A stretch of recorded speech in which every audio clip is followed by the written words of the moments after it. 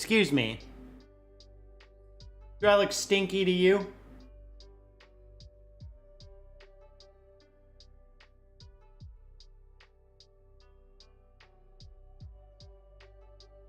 I'm good. Ah, damn it. What's up, Al?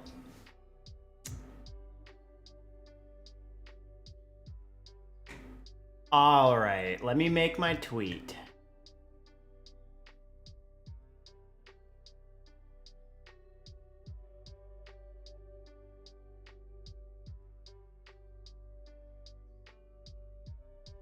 What's up, not Nick Cage? Let me make my tweet. All right, let's do this. No.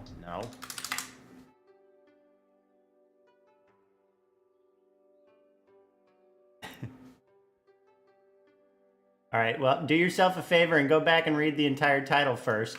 It's probably a good starting point. Twitch did what? Bro, you have to actually make it through the title, okay? Fucking humanity is getting worse. Now we haven't even made it through the, like, we don't even read headlines anymore. We only read parts of headlines and then we've made up our mind. Got head back to my old campus today as an alum, so, ooh, interesting.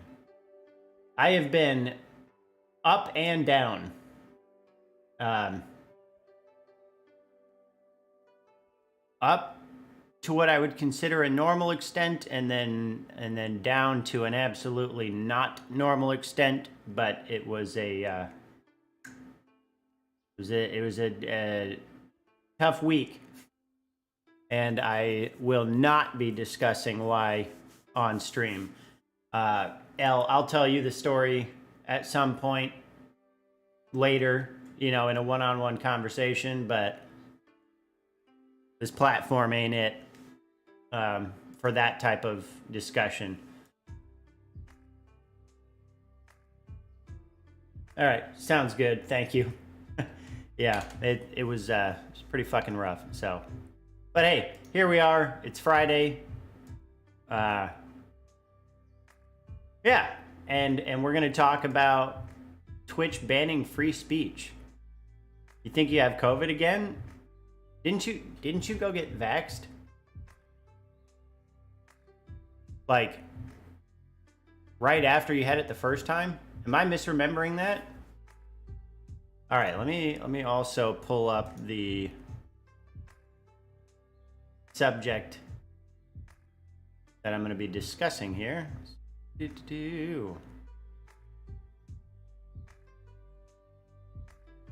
Got it. That's not it. Guidelines. Here we go.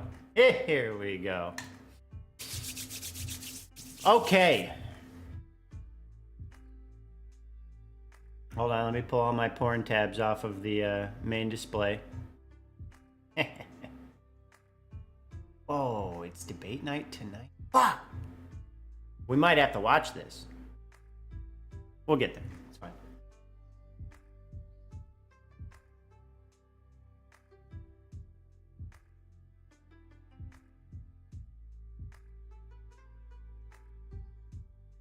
I think it's unsafe to get it for a certain window of time immediately following having or having been infected, right? It's not just like if you've been infected with COVID, you don't ever go get the vaccine.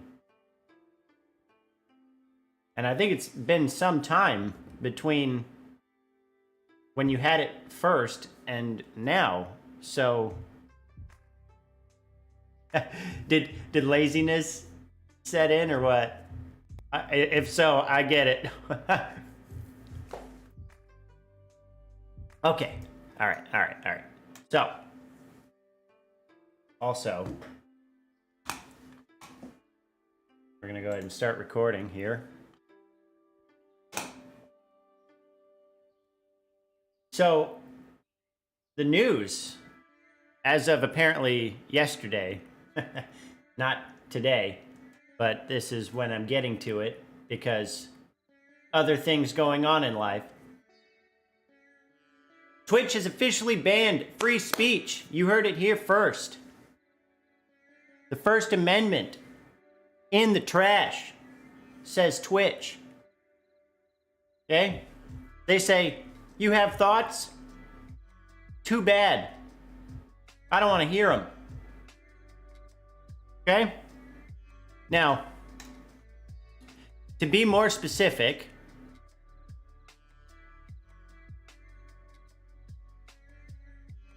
you're going to have to wait a second. Okay. To be more specific, Twitch is updating their community guidelines regarding harmful misinformation. Ooh, interesting. So, let's read. What the fuck does that mean? Scroll down. See, watch. Right, by the way, right here, this is where Not Nick Cage stopped reading. You see that? Isn't that funny how that works? Right here, he stopped. Okay, I'm just fucking with you. But seriously, pay attention. Every day, people come together on Twitch to build communities that celebrate a variety of interests, passions, and talents. Pause. Cut! I'm not trying to get this entire segment blocked for not DMCA, but like a copyright claim. Even for this not copywritten lo-fi music. So, I'm going to do this again, all right? Twitch has officially banned free speech. That first part will probably end up in the video if I actually decide to clip this and post it anyways. But anyways, okay. So, as of yesterday, Twitch is changing its community guidelines when it comes to preventing harmful misinformation. Ooh, and specifically addressing the actors. Okay. Go figure. That's how that works. So, every day people come together on Twitch to build communities that celebrate a variety of interests, passions, and talents. We're proud that Twitch can bring people together, but we do not believe that individuals who use online services to spread false, harmful information have a place in our community. That comma does not belong there. While these individuals are not prevalent on Twitch, yes, they are. They could cause significant harm if allowed on our service. That's why today we're updating our spam, scams, and malicious conduct policy to prohibit harmful misinformation actors from using our service. Now, we open that up in a new tab. Before we continue, okay, hold on. We need to make one thing clear. This update will likely not impact you or the streamers you love on Twitch. Okay, so without having actually read the changes to the guidelines, here are my initial thoughts based on the first paragraph and that first sentence of the second paragraph. This isn't going to do shit. Except for maybe in super edge case, like blatantly obvious cases of misinformation spread, including harmful misinformation. So I get the idea that they want to not contribute to the spread of misinformation, at least on paper, okay? But there's sort of an underlying statement, I personally think, when they say this update will likely not impact you or the streamers you love on Twitch. The reason I say that is because I hear misinformation being spread on Twitch all the time. All the time. So many people do this, including some of your largest streamers. You know who they are, and large streamers, you know who you are. Probably because you make a lot more money.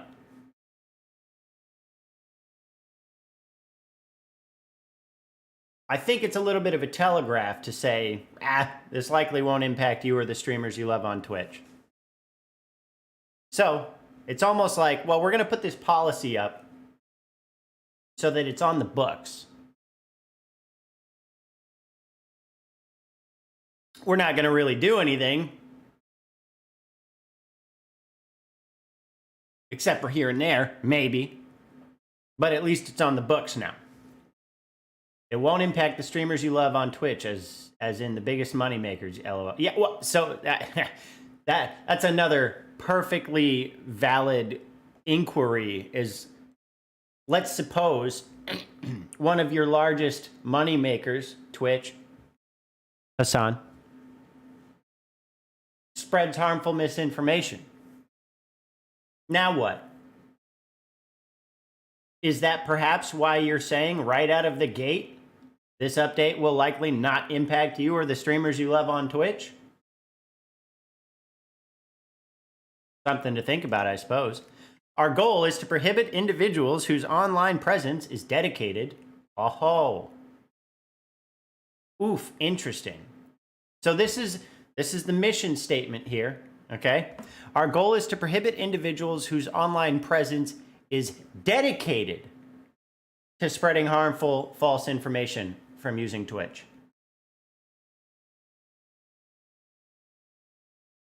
So, how do you determine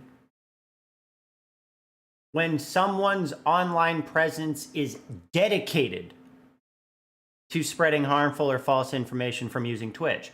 And if their online presence is not dedicated to spreading harmful, false information, but they do spread harmful, false information, will they be impacted? Will they be penalized or sanctioned in any way? Does it have to be super egregious, like I said?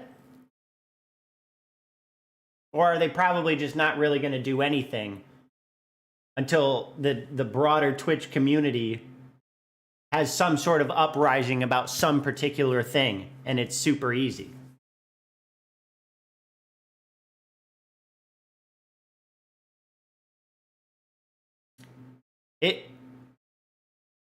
Yeah, okay, I'm just gonna keep reading. So, we will not enforce against one-off statements containing misinformation.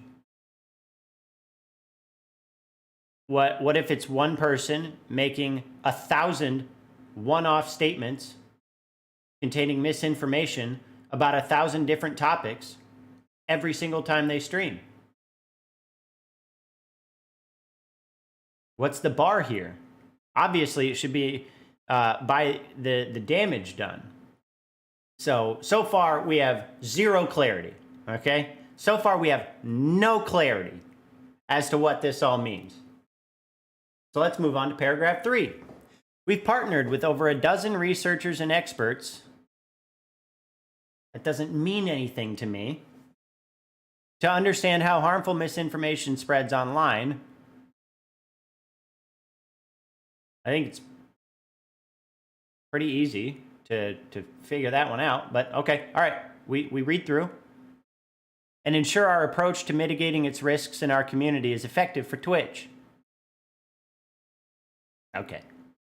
We've learned that harmful misinformation actors, the triple capitalized phrase, harmful misinformation actors. Is there a definition somewhere? What does that mean? We've learned that harmful misinformation actors account for a disproportionate amount of damaging, widely debunked misinformation online.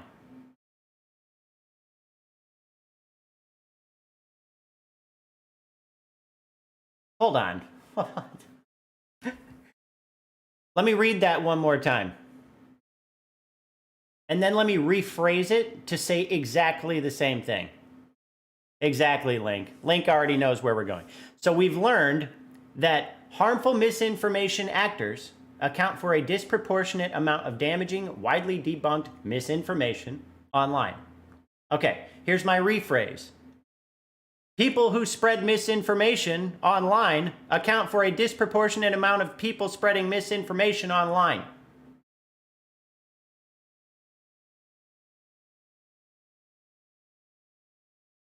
Duh. Yes, I think we got that by paragraph 3. You're focused on the people spreading misinformation. Together, we've identified 3 characteristics that all of these actors share. Oof. Oof, now we're getting into studies. Their online presence, whether on or off Twitch, is dedicated to 1, this is framed like a statute. I actually kind of like this, okay?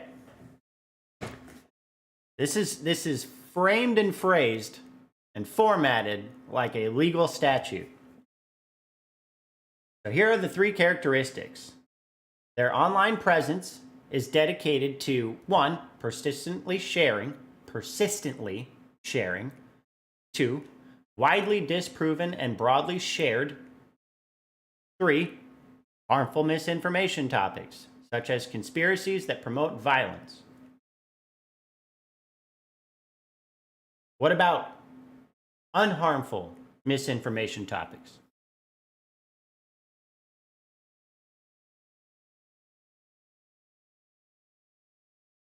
How do you make the determination or the distinction between the 2? I've still learned nothing. Okay. Kind of awkwardly written, understatement of the stream so far. We've been live for almost 21 minutes. That's the understatement. Yeah, I think you're correct.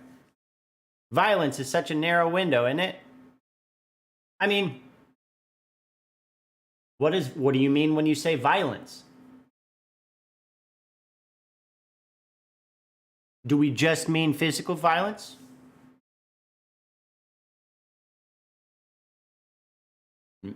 Do we mean mental and emotional violence? Do we mean group?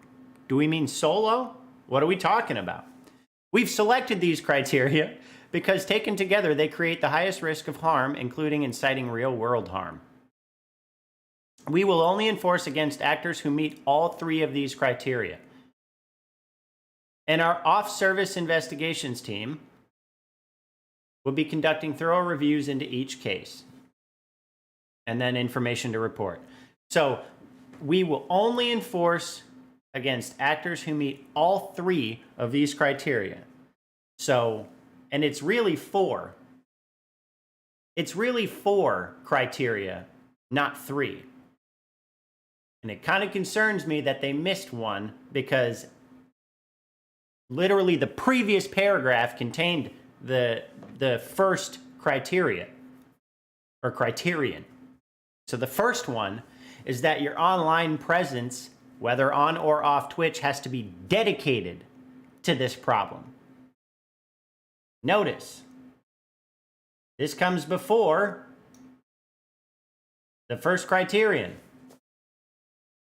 Why? I thought that was the whole point. So again, what if it's not dedicated to it, but they do this? Okay, anyways. The reason I think this matters is this is sort of synonymous with intent or scienter, right? The intent to do it. They made some fuss about the fact that it involves at least some level of intent, but then that intent is completely omitted from the considerations when they determine whether they're going to enforce against someone who they would consider a harmful misinformation actor, an HMA, if you will.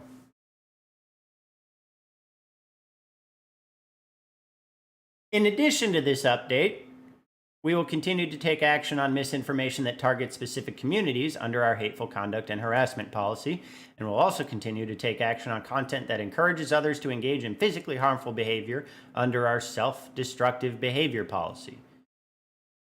Got it? And then some more vagaries. Community safety is not an end state. Things are always changing, blah, blah, blah, blah, blah. Okay, so let's try and figure this out here. First, I'm going to add in the 4th, okay? Because this blog post is written like shit. It tells you basically nothing. and they miss one of their own criterion in setting out their criterion. So let me try and redo this, okay? We're going to go, let's go to a new one. Nope. Okay, so first criterion.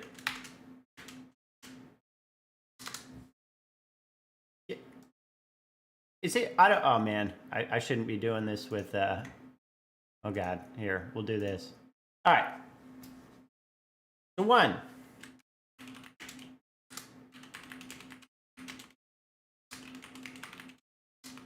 Oh my God, I cannot type. 1 is the online presence is dedicated to. Okay? Here, let me do something like this for the moment. 2.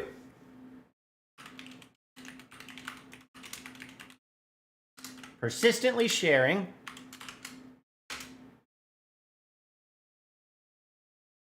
what constitutes persistent? What constitutes sharing? These are all questions that first pop into my mind, okay? And I'm actually hoping that at least some of these questions will be fleshed out by the actual community guidelines when we get to that point, okay?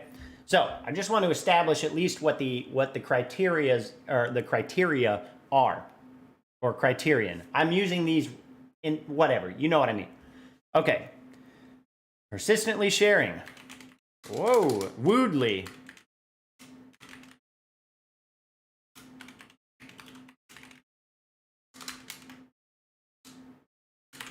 So, what constitutes widely disproven and broadly shared? And what if the person is persistently sharing something that isn't broadly shared, even if it's widely disproven? And even if their online presence is dedicated to persistently sharing this widely disproven but not broadly shared misinformation. We continue. Harmful misinformation topics.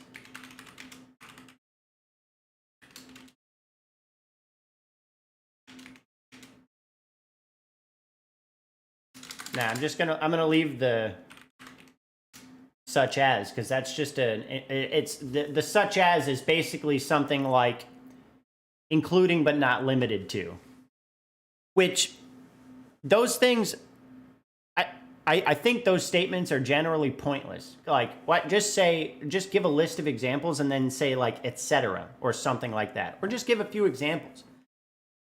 The including but not limited to, and then like setting forth 5,000 different things that could be included within it, I think is annoying. I see that shit all the time in legal briefing. Anyways, or not even legal briefing, like agreements and stuff like that. It's really, really cumbersome, just bulky text that you really don't need. Because including but not limited to doesn't really mean anything, because it's like, well, these are some good examples of what I would consider, but I don't know. There could also be X number of other things that you aren't even thinking about right now, and those might be included in it anyways. I don't know that it's particularly helpful. So these are the 4. The online presence has to be dedicated to persistently sharing, widely disproven, and broadly shared, which is kind of like a 3A and B, harmful misinformation topics. That's where we are. So now, look at the guidelines. Go through these. Where is the Harmful Misinformation Act? Aha, we found it. We found it. In order to reduce harm to our community and the public without undermining our streamers' open dialogue with their communities, we also prohibit harmful misinformation super spreaders. Oh!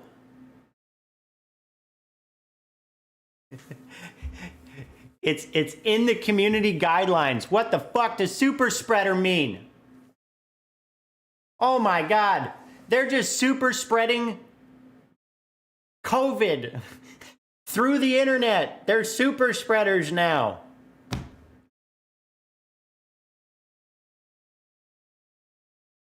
By the way, I think it's just a little bit of a fun observation that it's kind of axiomatic. Your super spreaders are your largest content creators.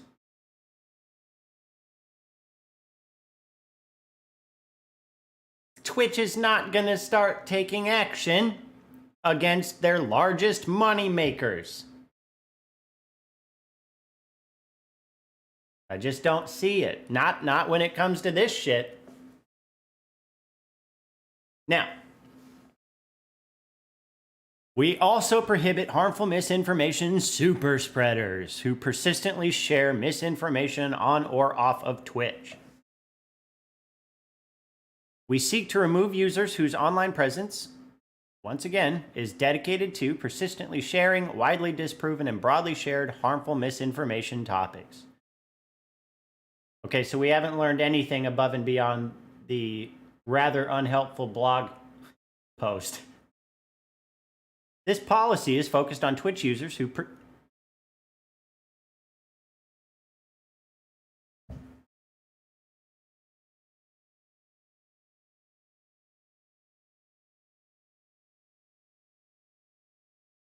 to whoever wrote these, how many times do you need to say the same thing?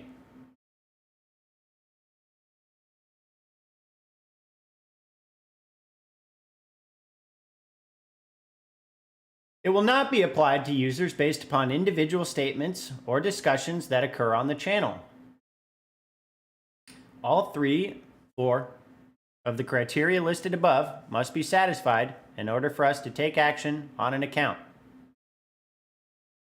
So wait, I guess they talked about the focus being whether you're dedicated to doing such thing, but that's not actually something we're going to consider. We don't give a shit if you're dedicated to it. We're just going to look at these 3 elements. Okay, we're back down to 3. So whether you're dedicated to it or not, which then makes this language pointless,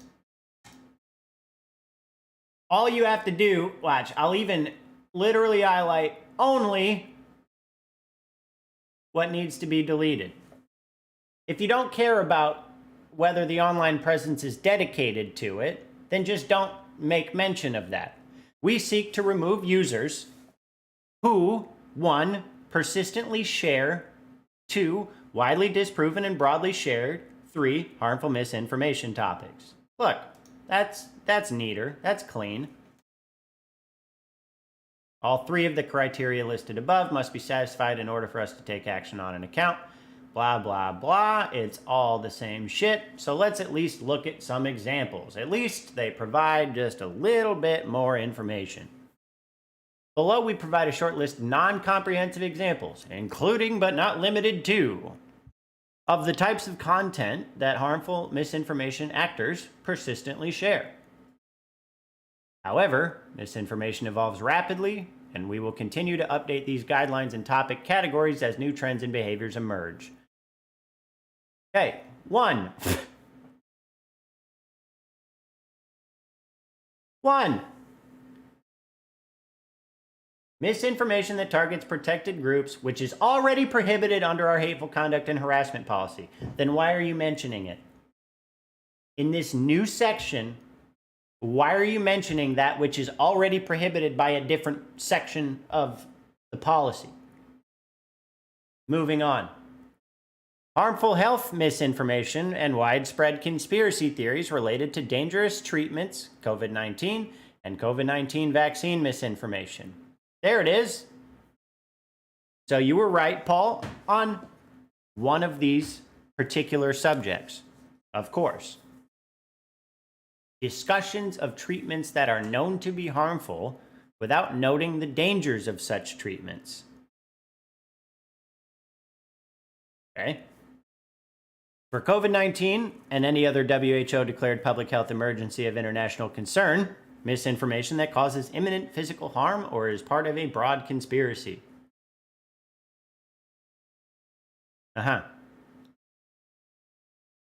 Like injecting bleach.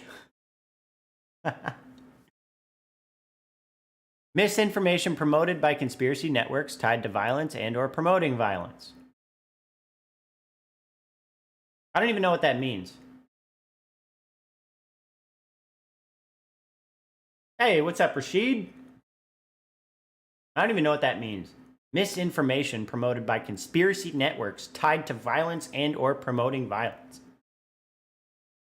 Can you please elaborate just a little bit? Because I'm going to tell you, personally, I think I can figure out what that means. I think your average reader of this shit has no fucking idea what you just said. Isn't the point of these supposed to be that these are terms your streamers and your viewers can understand for the sake of not potentially violating these policies?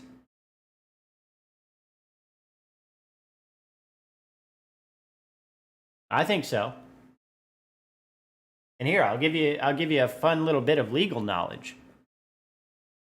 If a clause of a contract, for example, is ambiguous, meaning that it is subject to more than one reasonable interpretation, one such interpretation being beneficial to the drafter of the contract, and one such explanation being beneficial to the not drafter of the contract, that clause will be construed in favor of the not drafter of the contract. The policy behind that is, if you're the one who drafted the contract, you should have been more clear as to what these clauses and terms meant. If you wanted this contract and this clause of this contract to be a valid and enforceable clause, you should have been clear as to what that clause is actually saying. This doesn't mean shit. Civic misinformation that undermines the integrity of a civic or political process. Promotion of verifiably false claims related to the outcome of a fully vetted political process, including election rigging, ballot tampering, vote tallying, or election fraud. Asterisk, note, in order to evaluate civic misinformation claims, we work with independent misinformation experts such as the Global Disinformation Index, as well as information from election boards and congressional certification. And then finally, but not actually finally, because this is, remember, including but not limited to, in instances of public emergencies, including but not limited to wildfires, earthquakes, and active shootings, we may also act on misinformation that may impact public safety. Yeah.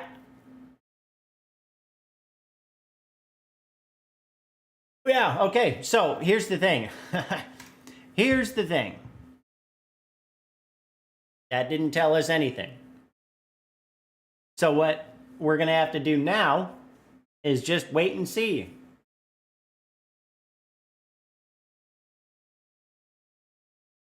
One of two things is going to happen, okay? Either one, a bunch of people are actually going to be penalized or sanctioned in some way for spreading information, because it happens on Twitch and all over the internet all the fucking time. Or nothing's going to happen. Except for edge cases, like real edge cases.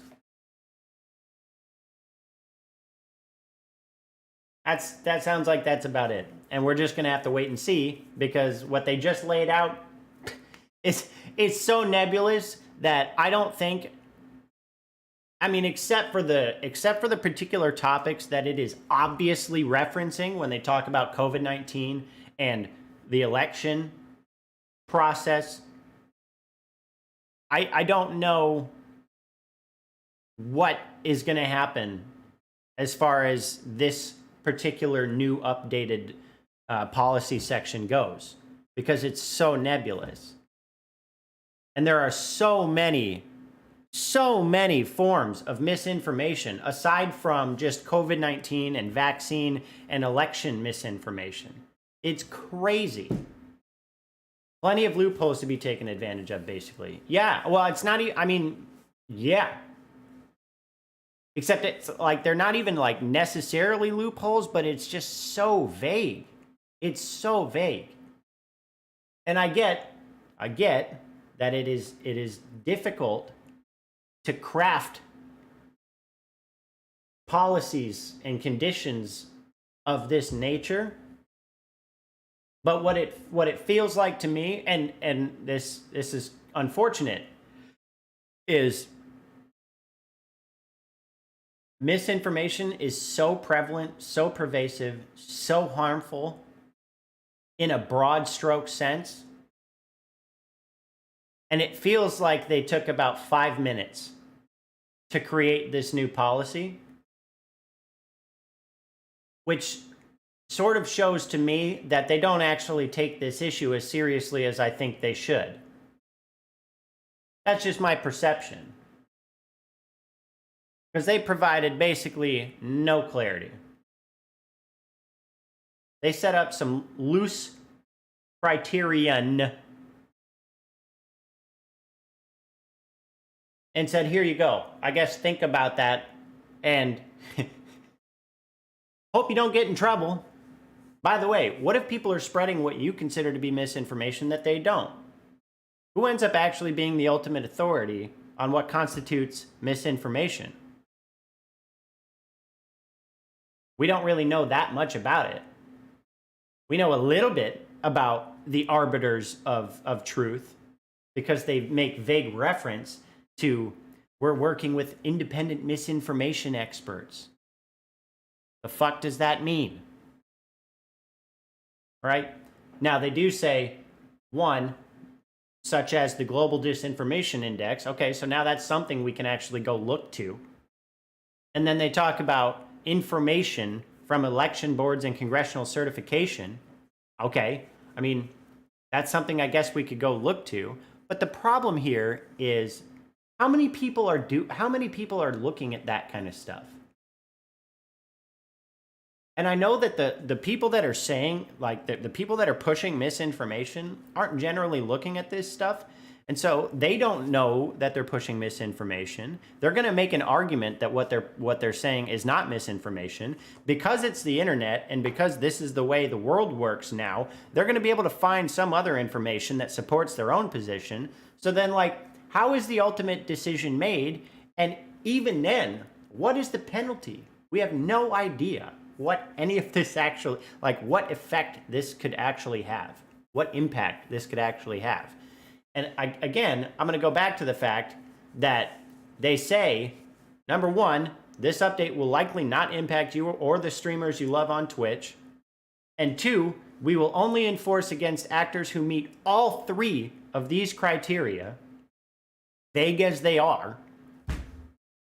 And it just seems to me like it's basically not going to do anything. So, hey, thank you for the... this is my guess. I could be proven wrong, okay? We could get a wave of perfectly legitimate bans or suspensions from streamers who have very consistently pushed some of the types of misinformation they're talking about, and I'll change my tune. But for now, my response to this is, Twitch, well done on another virtue signal. That's it. I'm sure you make a lot of people happy with this post. I'm sure you do. But all the people you're making happy don't actually know why they're happy. Because what you've said here doesn't actually really say much. So we'll see how it goes.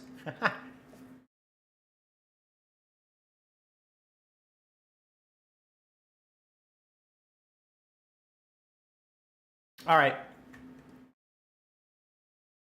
That was the whole spiel.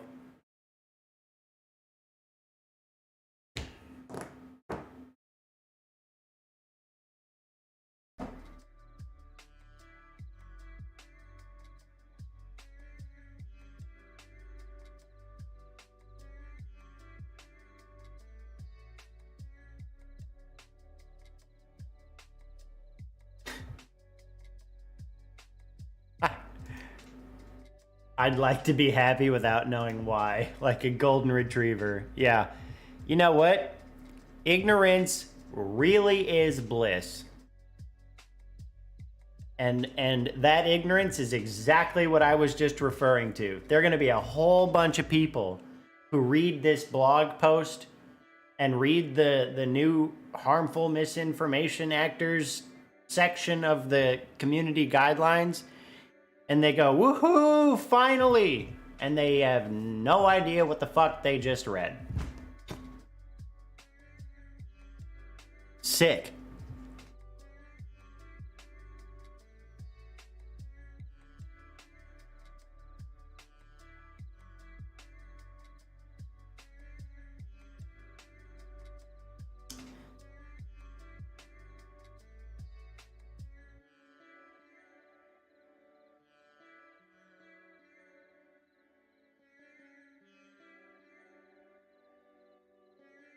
Self-care tip: devote some time to being an empty-headed smooth brain. Oh yeah. That is definitely important. Something that I have to do. I have to tell myself, chill the fuck out, stop thinking about it. Especially, like, you know, things like the Russia-Ukraine shit.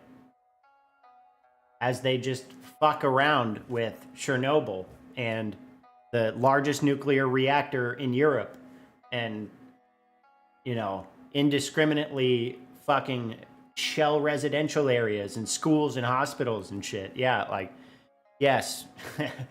You have to tell yourself you can't change all of that, and you can sit there and think about how catastrophic it is, because it is. But then the real challenge is telling yourself you have to let that go at some point. Doesn't make you a bad person. Because I've been thinking about this stuff. I mean, I'm one of the people who's been most concerned about this whole situation since it first started happening, at least as far as the people I'm surrounded with on a day-to-day basis. And they're all having a way better time than me. So I have to remind myself, like, you know, do you just want to be concerned the entire time? And, you know, just sad about the state of the world? Or do you want to try and smooth brain it for the sake of, you know, enjoying your time while you have it? Because, fuck, who knows how long we'll have it.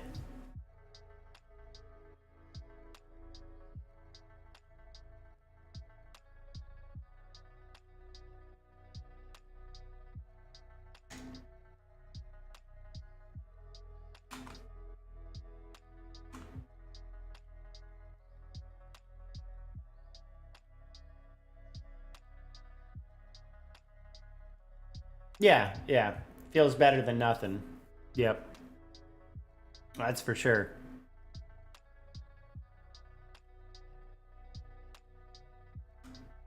I actually think it's kind of interesting that there was no mention of any misinformation regarding the Russia-Ukraine conflict mentioned in these terms, or these new community guidelines. Given how literally right now topical that is, given that literally everybody on Twitch is talking about it, for example, including your largest streamers, who are the super spreaders of bullshit arguments specifically related to that conflict.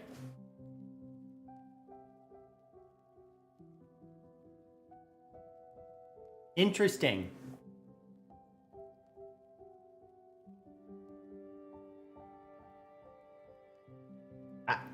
I should have stayed recording for that. I should have included that. Damn it. I know Russia shut down Facebook. I don't know about Twitter. Let me pull up the feed. Oh, what the fuck? Hold on. Where did that go?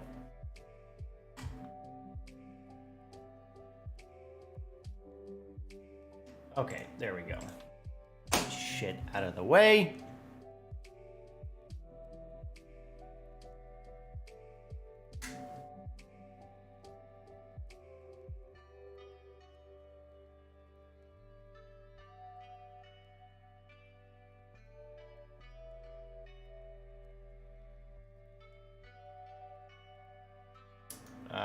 Hold on one sec. I want to look at the live updates on CNN.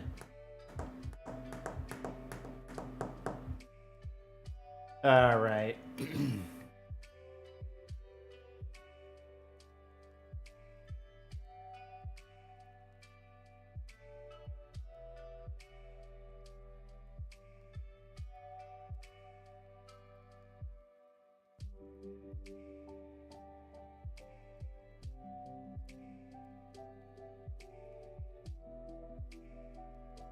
Ooh, all right, hold on. This one's interesting.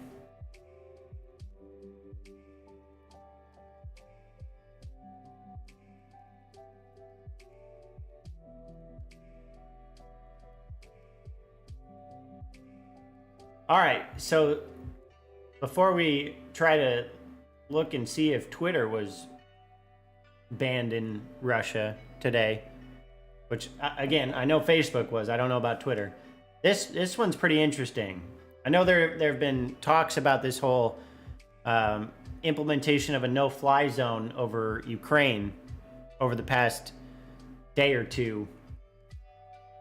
Apparently Zelensky's not too happy about that. He says, "We believe that NATO countries have created a narrative that closing the skies over Ukraine would provoke Russia's direct aggression against NATO."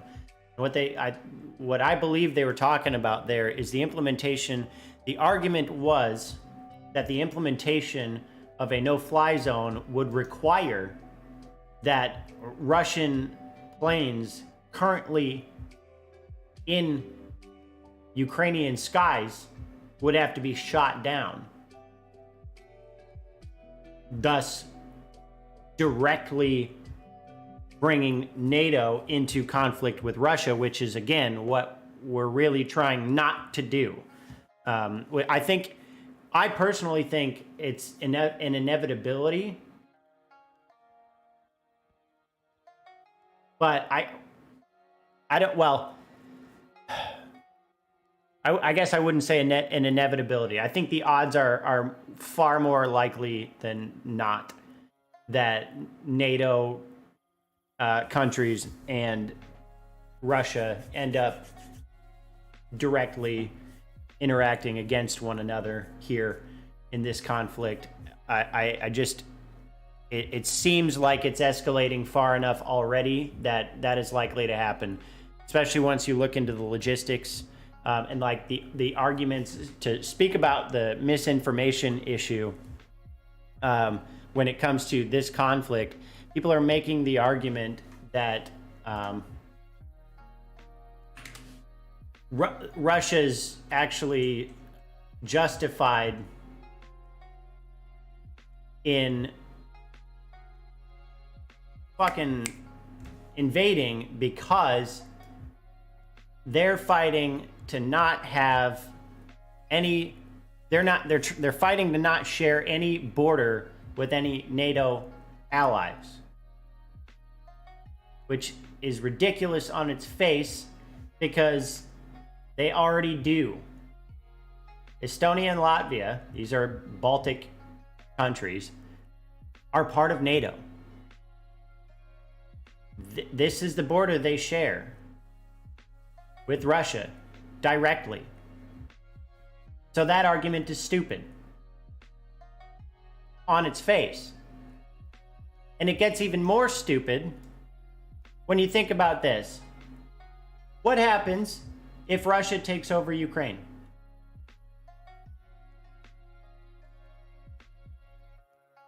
Now they share even more border directly with even more NATO allies.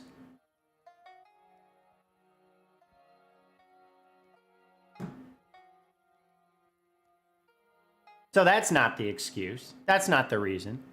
It's definitely not denazification of the region, given that, you know, Zelensky's Jewish, for example, and Russian forces apparently shelled a Holocaust memorial in Ukraine. So it's not that one.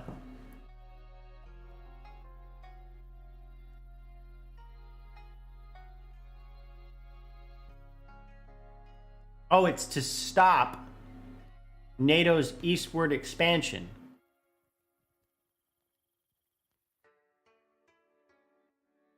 Well, that doesn't make sense, because technically NATO has already expanded as far eastward as it needs to directly share border with Russia.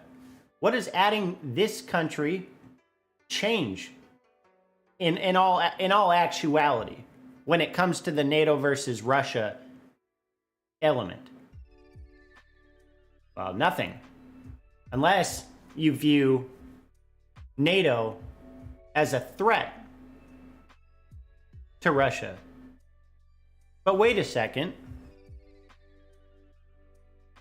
Oh yeah, NATO is not an offensive treaty. It is, by its definition and very nature, a defensive treaty.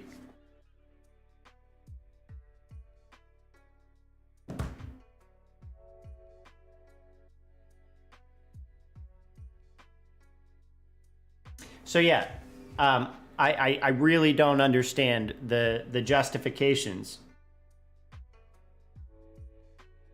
Ooh.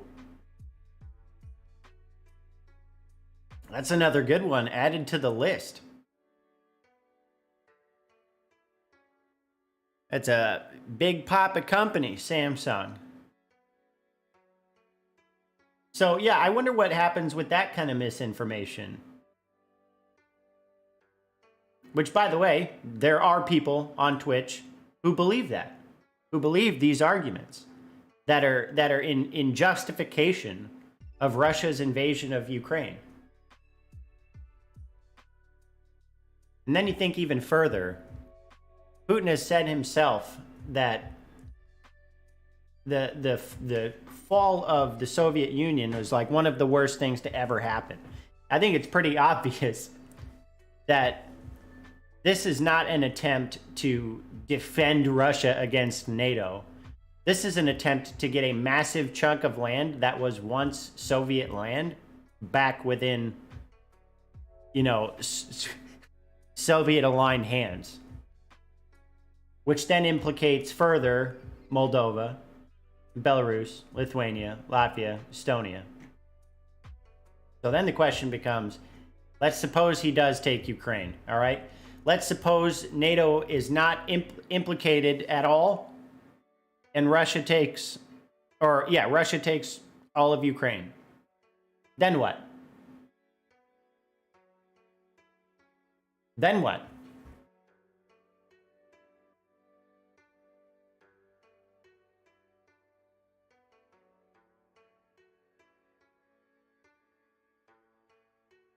Good question.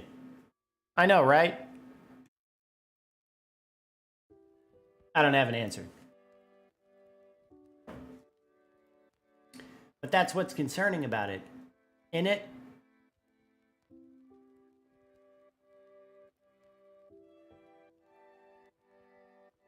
Yeah, that's exactly. Yep.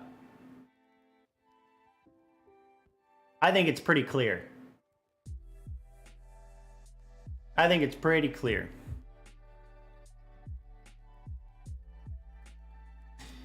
Hi. Watch me get banned for spreading misinformation. Wait a second though, Twitch. In my defense, my online presence is not dedicated to spreading misinformation. Oh shit, that's not one of your criterion. I'm not a super spreader, Okay, I think I'm good. Woo! Never left his KGB days. Nope. He also never left the King Gigantic Bitch days. Got him.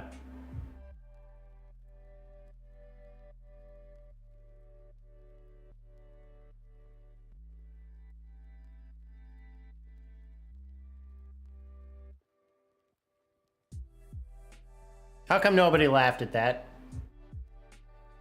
Come on, KGB, come. The King Gigantic. The King Gigantic Bitch. What? Yeah! Come on, that's a good one! Fuck! Alright. It's not that good. It's just pretty good. Right? It's not tops. Okay. Fine.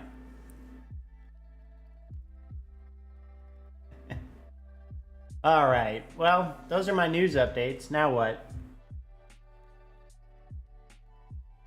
Now what?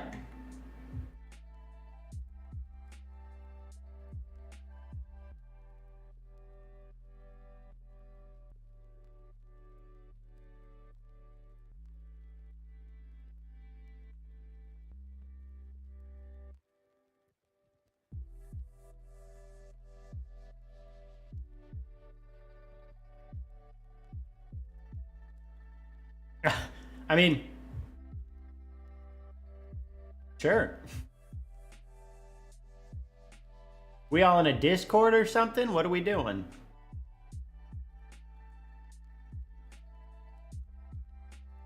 I mean, I could also just chill here and chat with you. What?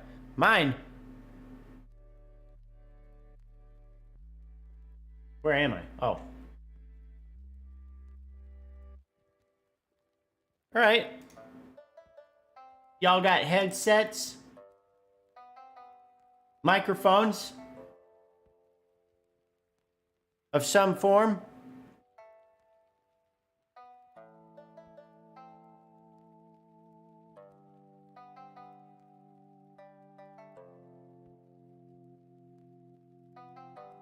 All right, boot up the old rig.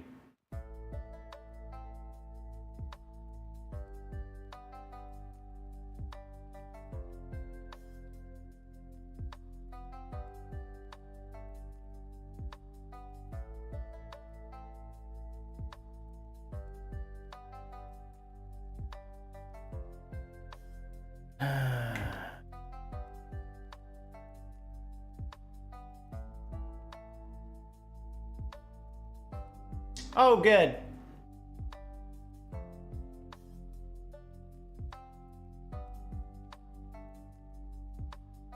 Newest update from a minute ago. Russian forces are approaching Ukraine's second largest nuclear facility.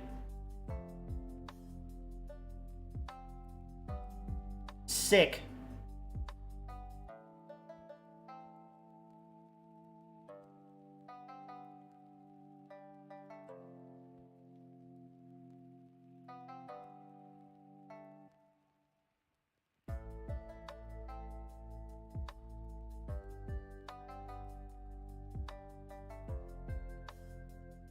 Yep, pretty awesome, isn't it?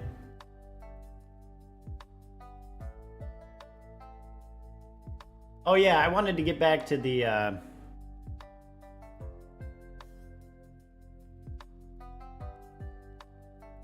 no-fly zone thing real quick. So, Zelensky says, we believe that NATO countries have created a narrative that closing the skies over Ukraine would provoke Russia's direct aggression against NATO. This is the self-hypnosis of those who are weak, insecure inside, despite the fact they possess weapons many times stronger than we have, he said. I think if he's aiming his sights at the United States, that would be technically correct, although the issue is not so much that we have the weapons, and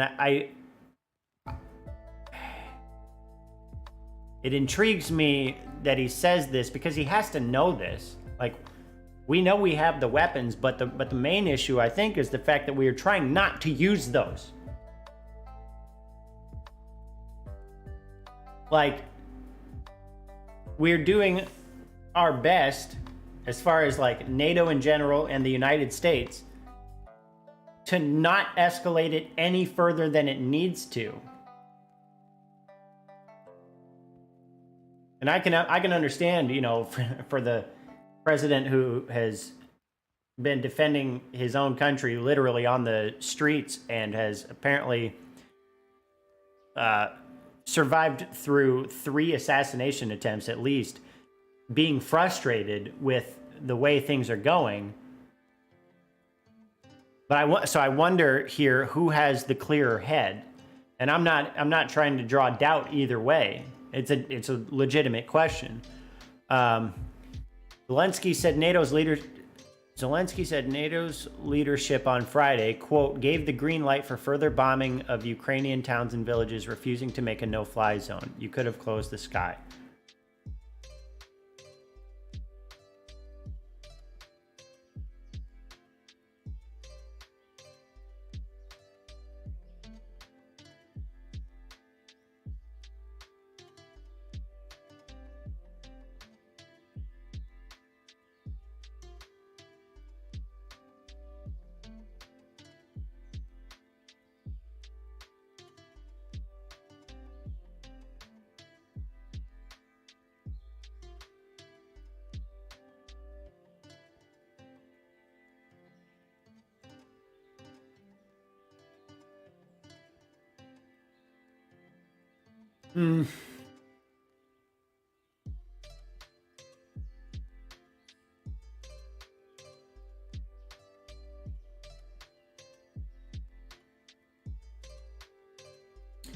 Yeah, so right, this is it. The NATO's chief said Friday that a no-fly zone over Ukraine is not an option being considered by the alliance. We've agreed that we should not have NATO planes operating over Ukrainian airspace or NATO troops on Ukrainian territory. They have been consistent in that regard. European Council President Charles Michel said on Thursday that enforcing a no-fly zone over Ukraine is a NATO decision, but that it would be, quote, one step too far, with a, quote, real risk of escalation and a real risk of a possible third international war.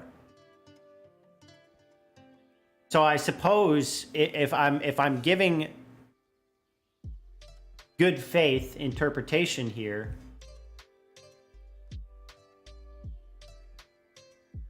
Zelensky thinks this is already going to be a third world war. And what is on the balance is freedom for, you know, basically all of Europe. I think both sides are aware of that, but I think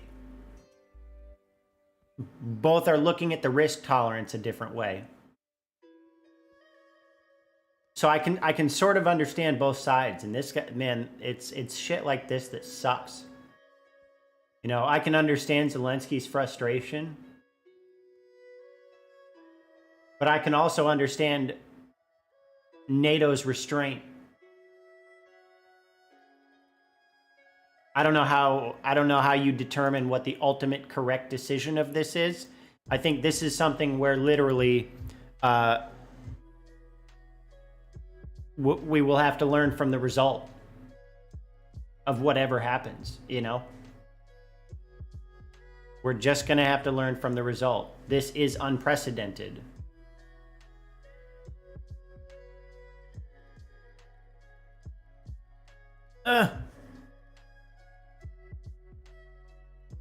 All right, we're getting off of that.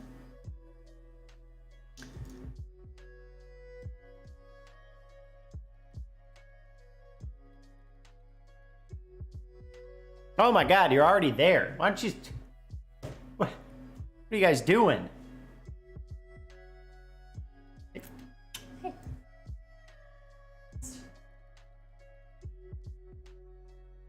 I mean, you can do it, or we can just go buy some. I thought about it, and I was like, I don't know. Just go do that.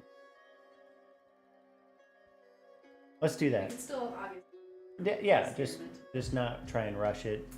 Yeah, agreed. Ellen C, say hi. They're in my stream right now. We're about. For a sec, I heard you wrong. I thought you said Ellen C, and I'm like, who the fuck is that? Yeah, L and C. L and C. Yep.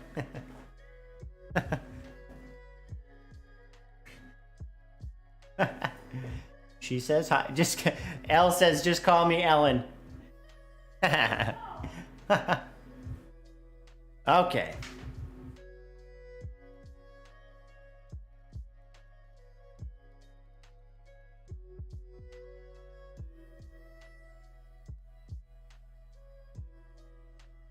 Dum da dum dum.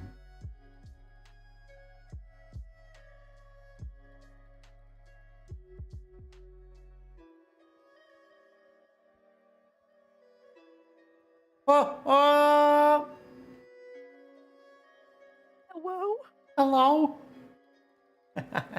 How are we doing? Doing well. How are you? I'm here. You know. Yeah. Vibes are crusty at best. Yeah, that's about right. Wow, look at L with the crisp sound. Dang. You like my stream setup? Oof, yes. Sounds good. My equipment set up to their rig. Ah, okay. I got big strong PC. I got backup PC. you, Streamer. you got a little baby PC. Hey, L, can you noise gate your mic, or is that possible, or? I don't know the words that you just said to me. I'm not a streamer. Oh, Put on push to talk. what? How do I do that? No, I don't want to do that because honestly, that's a pain in the ass. I hate it when I'm on push to talk, so I don't like making other people go on push to talk. No, it's like C comes through your mic every once in a while, just a little bit, but it's not bad enough that you need to do anything if there is no way to so noise gate is basically just, you know, it'll basically eliminate the quieter sounds. You can create a threshold where the mic just won't actually pick it up. I don't know if that's something that Discord even has though. But anyways, all right, let me pull up this sweet link.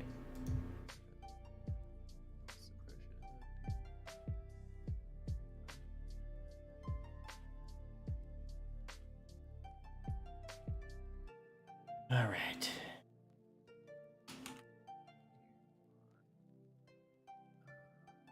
Input sensitivity. Now try speaking. I know that's not technically speech, but that's the best I could come up with. Understood. Over here. Yeah. See the little bar moving? Yeah. Move that bar to the right, the white bar. The right. Right. Yes, ma'am. Now you should be able to. Oh yeah. There you go. Oh nope. I just heard C come through again. God damn it. Okay, hang on. I'll turn myself down. Get a little quiet. Yeah, bitch. I mean, I wasn't gonna come out and say it, but damn. This is a Christian stream. Or well, it is definitely not that. It could be if you want it to be. Yeah, I don't. I know some hot Bible verses. Oof, drop them. No, I'm just kidding. When do I start? Not on my good Christian Minecraft server. Alright, are we all ready to go and drop? Yeah. I mean, with that sweet. Cheems and Bingus. On Who's- teams. All right, I was perfect.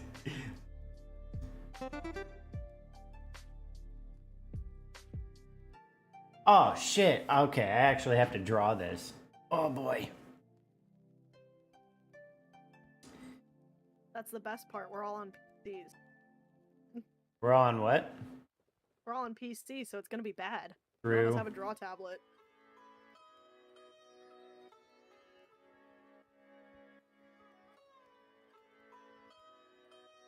Oh shit, I spelled it wrong.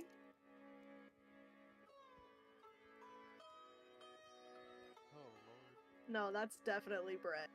I've seen a lot of bread in my life. Oh, that's not What? bread. Oh. Oh.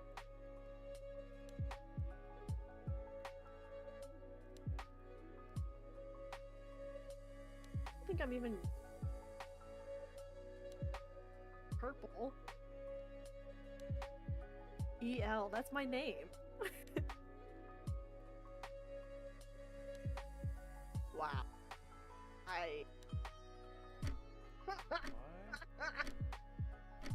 I'm gonna give it a Come on!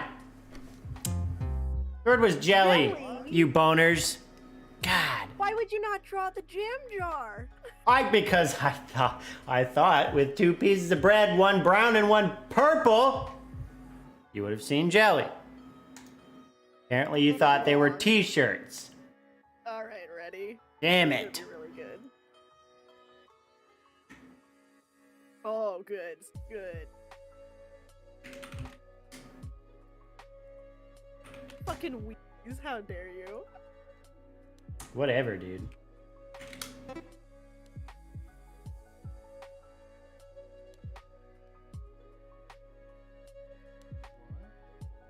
Oh, wait a minute. I don't have to wait a minute because I'm so fucking good. I am so lost. I'll sell you a hint, see? And then it's God. this thing. Come on, Bingus. Hell yeah, Bingus.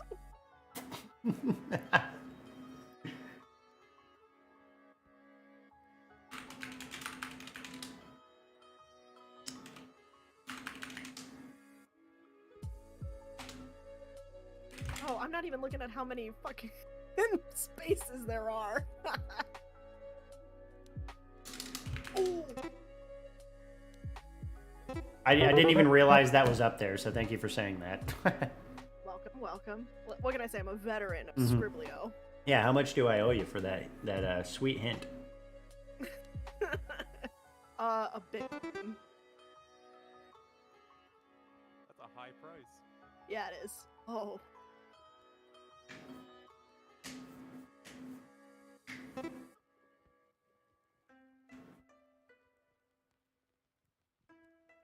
What do you mean?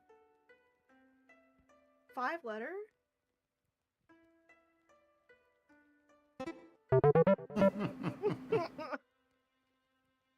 Why was my instinct blind? I mean, that's a question. I'm so upset with myself.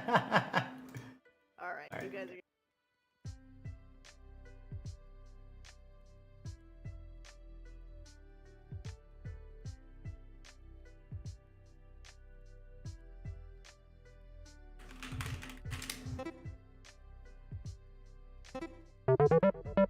Alright. I am literally the fastest hands in the West, okay?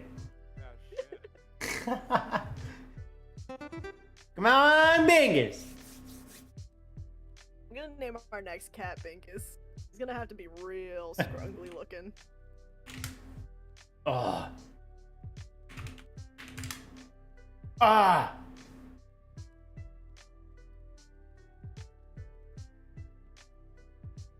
Oh, you threw me for a loop with the blue.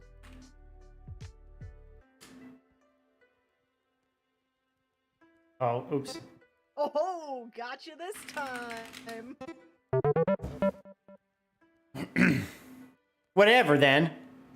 Perhaps not so fast. Okay, I just remembered I gotta go. I'm just kidding. Stupid game. Exactly. I can't believe that's still a running.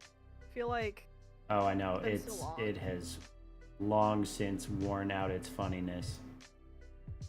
you coming down to Florida or not? In like March. No, unfortunately, I can't. Literally, the day that they're flying out, I have a deposition.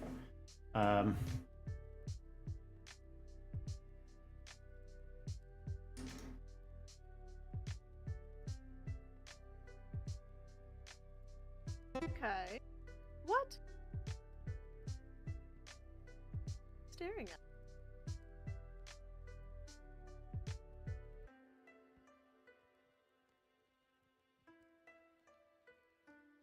Oh. God damn it. Yeet. Good dog, though. Thank you. Well done. Fucking nailed it. Looks exactly like one of those balloon dogs. 100% it does. I Yep. hope you guys get this. It's gonna be real tough.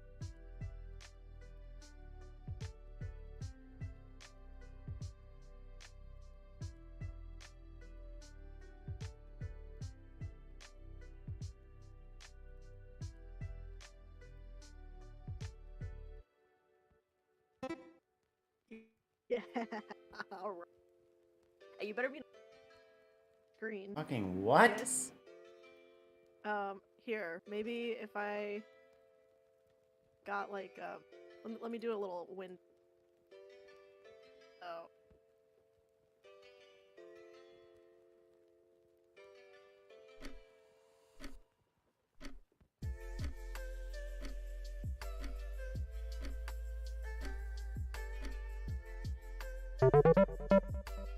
Okay.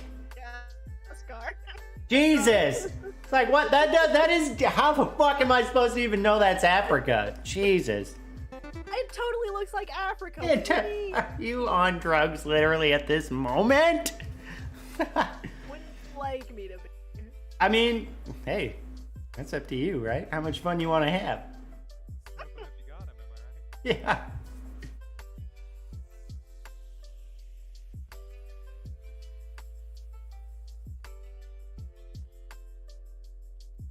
God.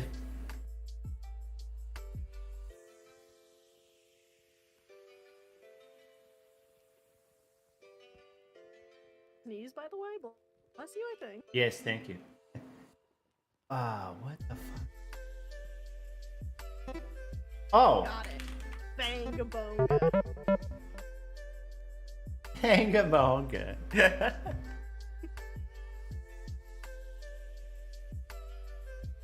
Oh, shit, I'm in the lead. I always do so bad at this show. Oh.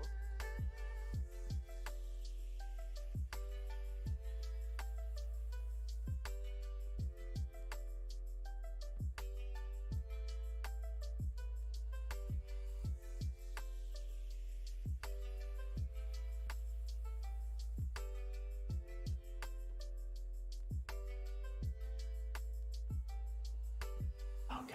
How do I make this more obvious? Still a hill. Very. Oh, you're so fucked. You're so fucked. I'm trying, but I can't. Oh god. Oh god. I'm trying to make it more. This is. Hold on. This is so bad. Hey.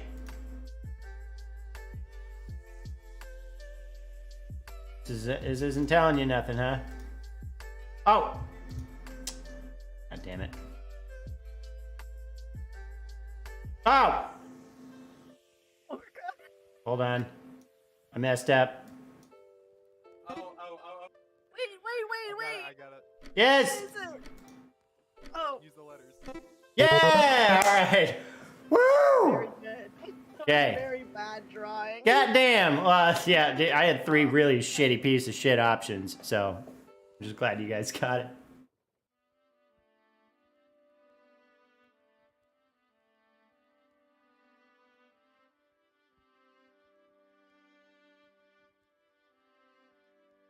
Accidentally draw a handsome Squidward.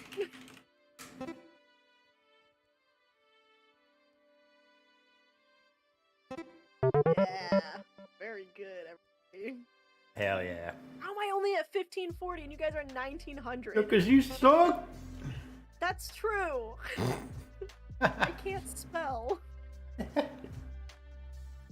Oh.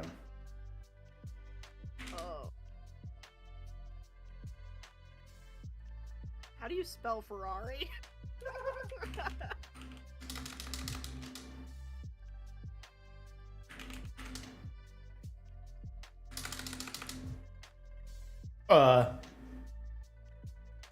Yeah, you nailed it.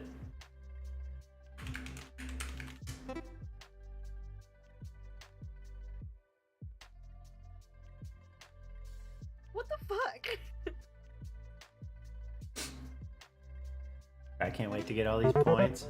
Oh, hell yeah.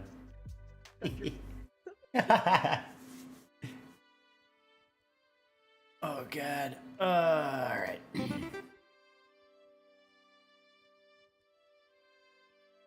Not what I wanted to do. Last.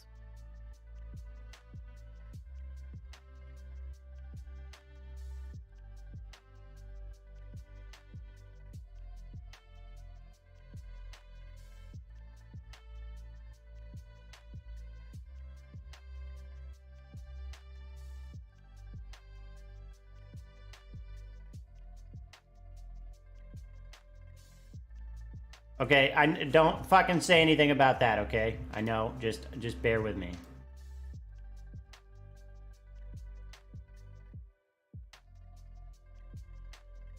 Yeah, fuck you. Yeah, all right.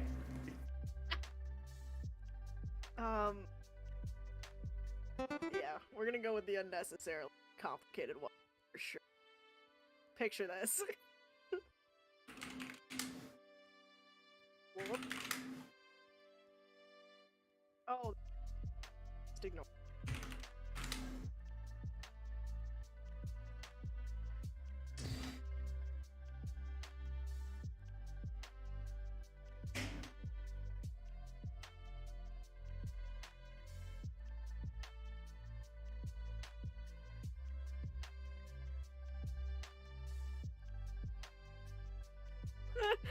Stop! I can't draw.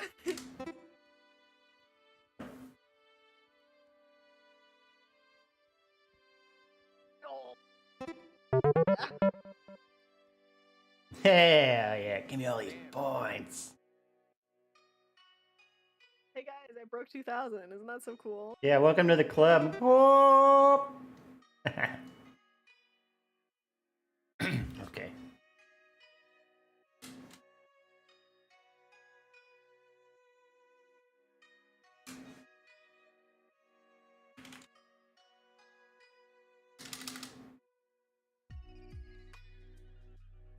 Oh, you have very bad.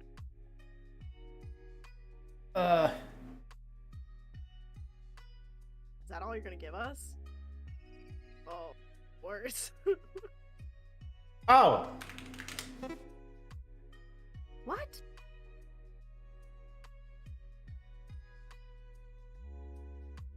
That was a really bad drawing. I'm trying to do my memory, I'm sorry. Man, third place again.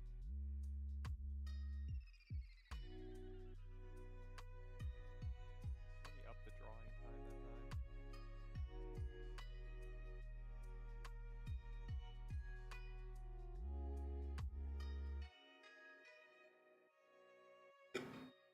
that Ugh. Sent my dad a YouTube video of a guy buying lobster at Publix. His saltwater. You keep coming in and out. Oh, Me. sorry everybody. We're gonna do this ASMR channel. Oof.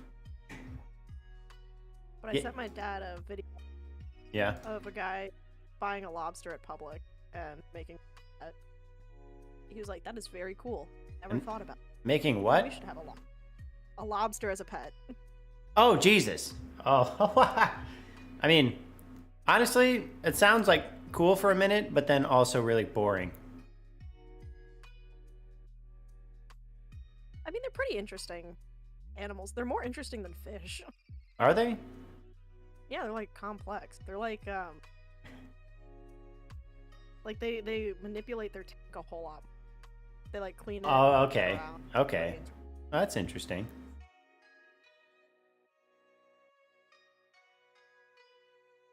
See, are we gonna play again or what? Yeah, I'm trying to add more words to it so we don't just double back on it. Mm. There we go, the original 151 in the video. Test our Pokemon knowledge. Oh, fuck. Oh, great. I cannot draw a Pokemon.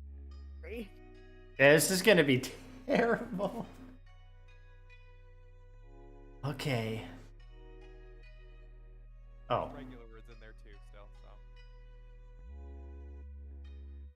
Mario is no longer Italian.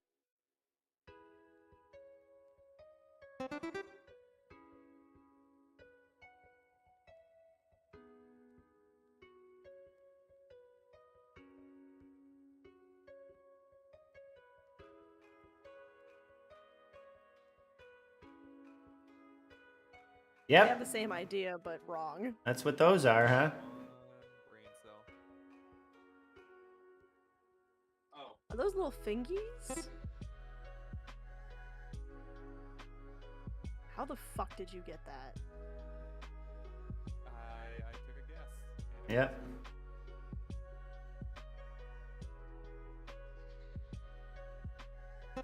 Yeah, right. Needed the bunny. Yep. Gave it to you. Alright, this one's gonna be great. You guys are gonna love it. Okay, I'm prepared to get pissed. Oh, Jesus, it's 2 words? I'm fucked. Trust me on this one. Have I ever steered you wrong? Never. Oh. See, have I ever steered you guys wrong? Nope.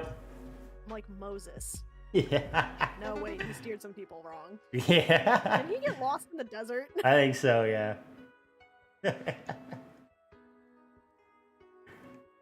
Ooh, alright. What is this bullshit? Now you're just getting all... Oh, that's Africa. I've seen this one.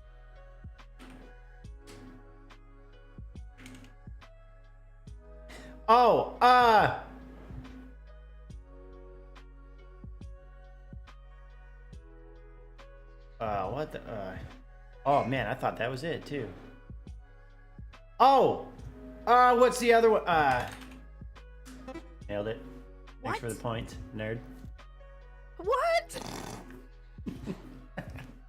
What the hell is this? For all Animal Crossing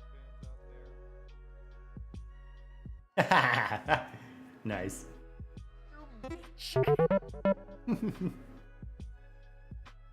Radishes are pink, turnips are green.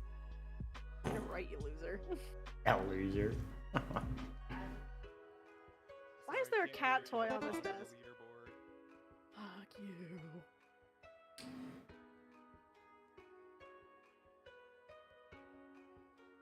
Oh god, that's supposed to be, alright, well here. No, this is good. Follow through. Okay. Damn it! I was just typing flat Earth. Stop it! One brain cell. Oh, Oh. Oh wait, oh shit. Yeah, there you, What? wait. Oh god. it's not Voltorb, but it's his evolution, right? Yeah. I am, What's the evolution's name? It's not Explode. Oh, okay. What is it? which way is it? Is it, So close. is it? I don't know his evolution's name. Wait a minute. I have the original 150. Where is he? I think this is the one, right? I don't know the names of I think I got the, did I get the colors backwards? How dare you? In my time of need. Hey, He's gonna shout it across the room. yeah, nothing I could have done. You just really fucked that up. Oh, I got this one. Don't even freaking worry about it.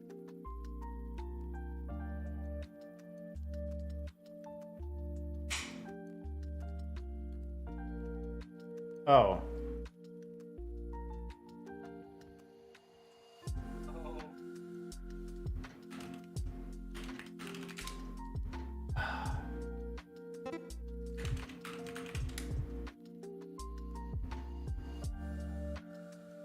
What is Mungus?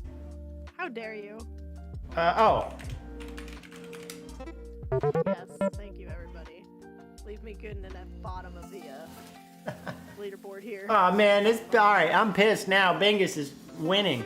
We can't have this. Okay, this is my See? chance. And that's This is my meta chance. evolves. It's alright, I'll get all the points right here. And we'll be good. We'll be fine.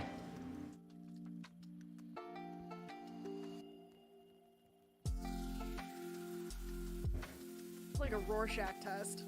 I'm traumatized just by looking at it.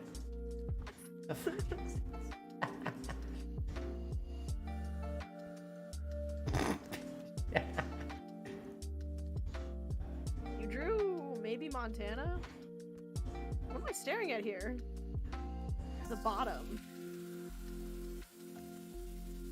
The bottom, but it's maybe what? Oh, wait. Oh.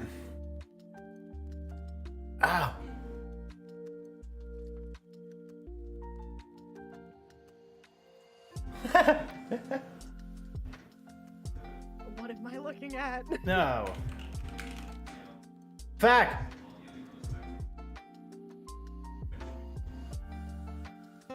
Got it. Ha. Oh. No. British. Shut up.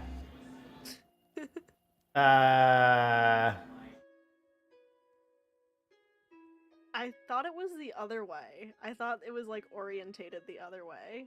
The colors? Yeah, probably. No, the physical, geographical body you attempted to No, draw. it's this one here. Oh, the word. Fuck. English. Oh yeah. God damn it. I was supposed to get all the points there, Bingus. Damn it. But it was I, Cheems, all along. The great James. I can't. The name of your Jump Force character there. Hell yeah.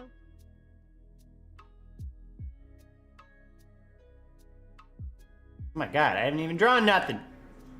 It's only 3 letters.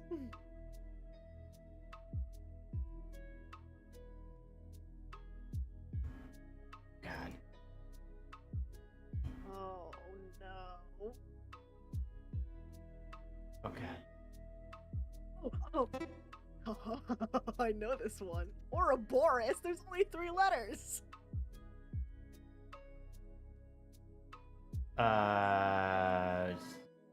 This- Yeah, that really sells it. Okay. Fucking nailed it. Look at that. That's a perfect recreation, by the way. Just needs his tail. Literally 1-to-1. Nah, I didn't have time. Okay. Here we go.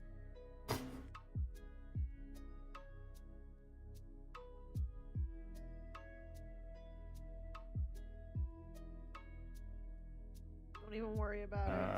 I'll understand it in a second. Oh, I already know what it is. For some reason, it's...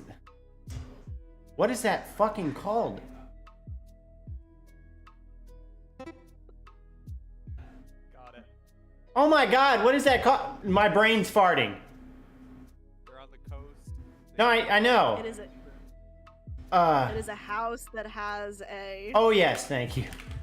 Oh my god, my brain was that just was like... painful to watch. I literally just amnesia'd that word right out of my head. Alright, I'm getting real angry about this extending lead, Bingus.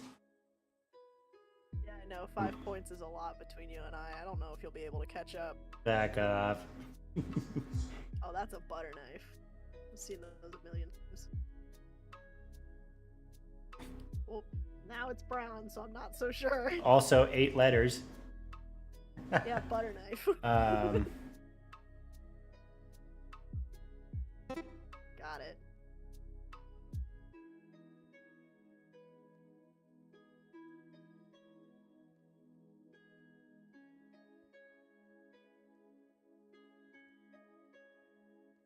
Why'd you make the middle white?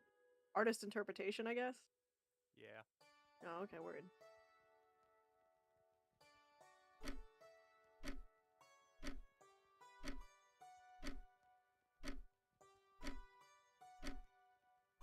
I just now realized you guessed Siren Head. Popsicle, I hate you.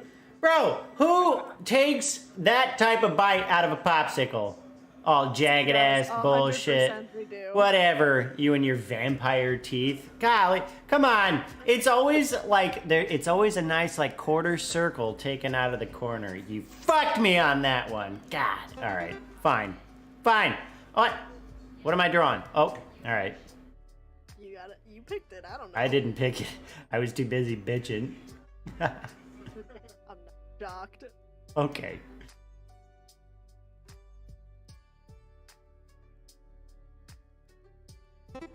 Fuck! Easy, Fuck! easy. Alright, Jesus. That's how good I am at drawing. I don't know what any of these are. Okay, I know what that is. Hang on. Oh, that's not convincing at all. Damn it, it was not tits. What?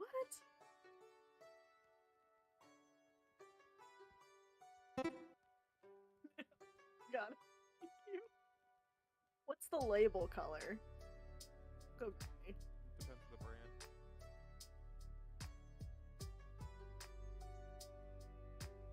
Oh shit. That's not what I meant to do. You know what? It's fine.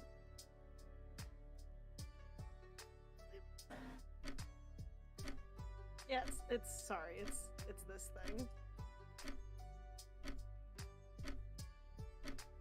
Oh, that's not convincing. Sorry. How in the fuck did you get bean out of that? It looks like a bee. No, it does not. Tell me, I want to know exactly what bean that looks like right now.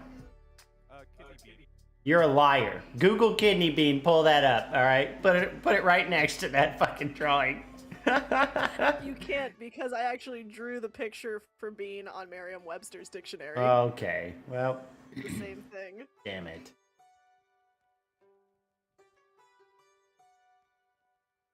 I know it's not, but it has to be.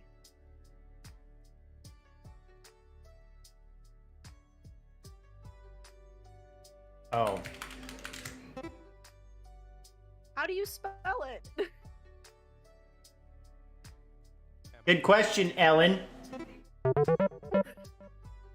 dare you call me by my government name? Oh, shit. Yeah, I got this. All right. Okay. Eat on Mike.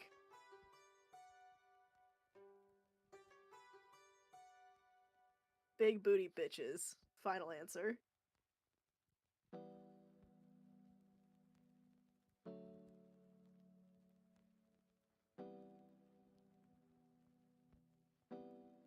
What?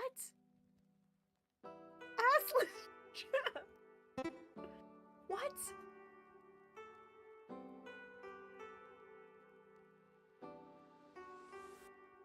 Here, would it help if I go? Oh, word. Hell yeah.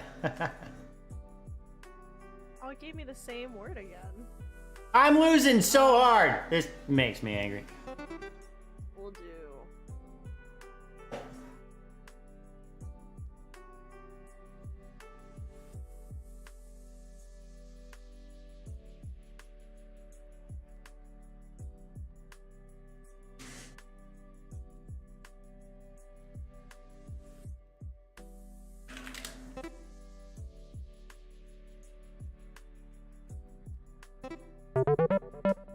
Way to go, everybody. Thanks, Alan. Let me say, Ellen, you take 5 years off my life. I hope you're happy. You're welcome. We don't need to live to 80, all right? This is fucking ridiculous. It's not a marathon, all right? Enjoy your life, and as soon as you're not anymore, we're good. You know? Like, okay. I can't believe you're gonna Amazon ship me. Prime ship me to my grave. Yeah. That was Tippy. a really good drawing of a tent. Thank you. It was really convincing.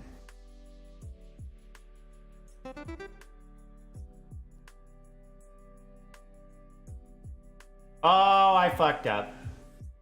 Oh, this is good. The trash can. You know what? It could technically work. Oh, you're committing, I see. I am. Bold choice.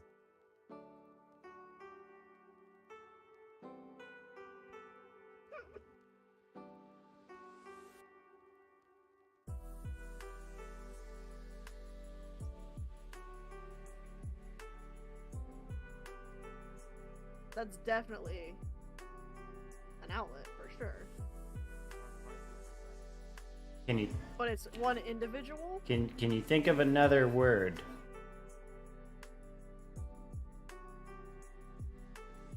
Or like Oh! The only reason I know this is because my mom says it's super weird. oh really? Yeah, especially when she had to baby-proof the house for my nieces to come over. Hmm.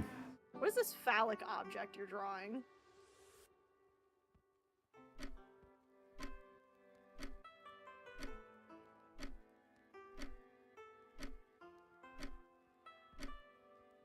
Bummer, dude. It was a socket. That was a socket wrench.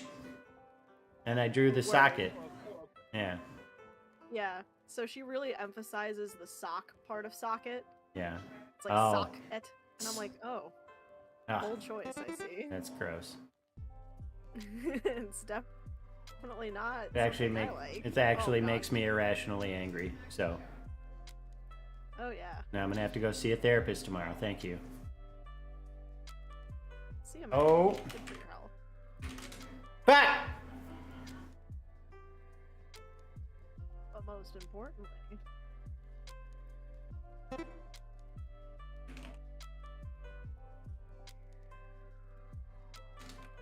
Oh. it's been fun. It's really. Oh, I didn't even get to finish it. A Whopper. Hamburger, cheeseburger, Big Mac, Whopper.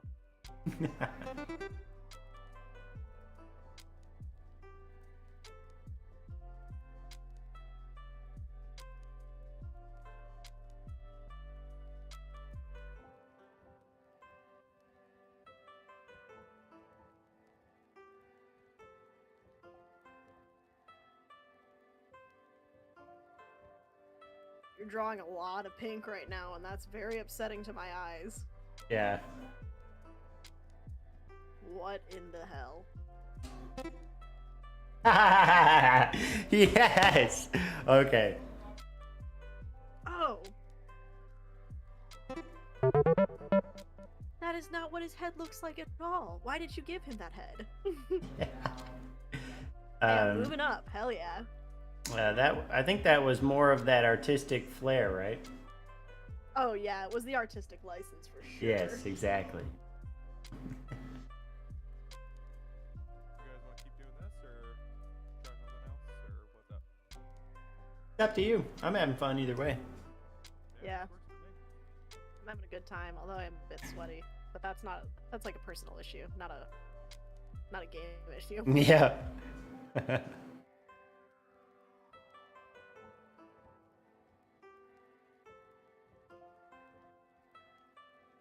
It's starting. Oh, it's now. Oh fuck.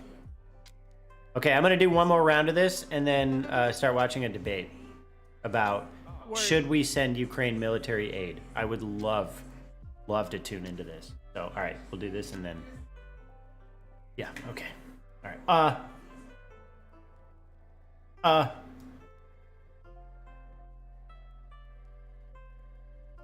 Chat.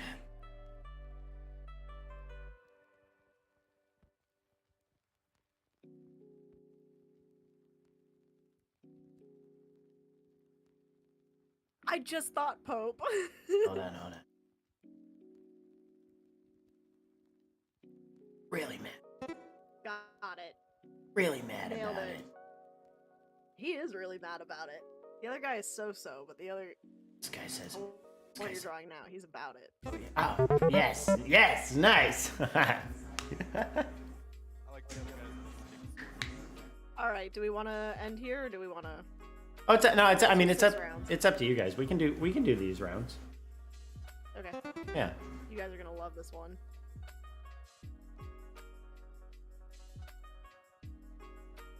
Penis. Oh. Okay. Oh.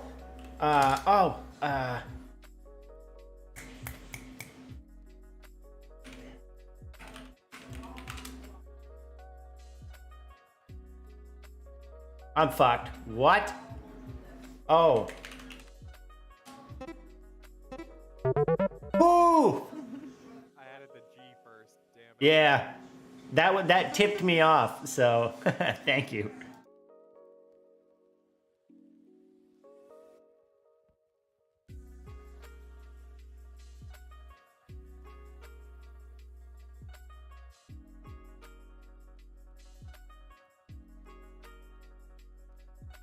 I'm already confused.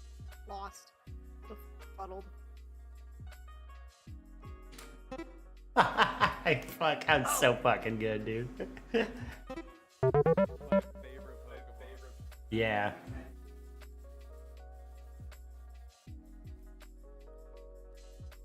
My favorite Pokemon is Bidoof. Mm.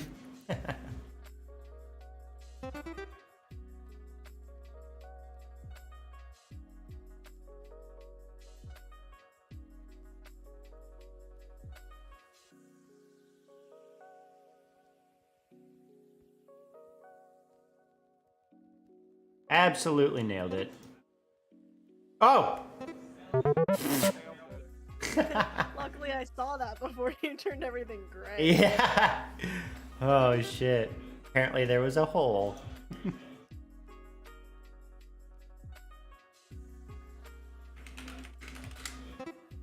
Way to go, guys. Yeah, take that, Bingus.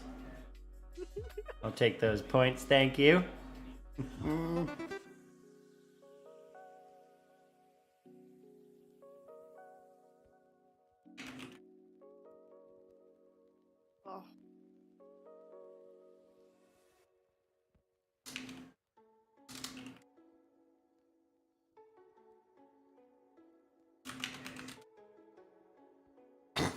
Okay, all right, I'm done.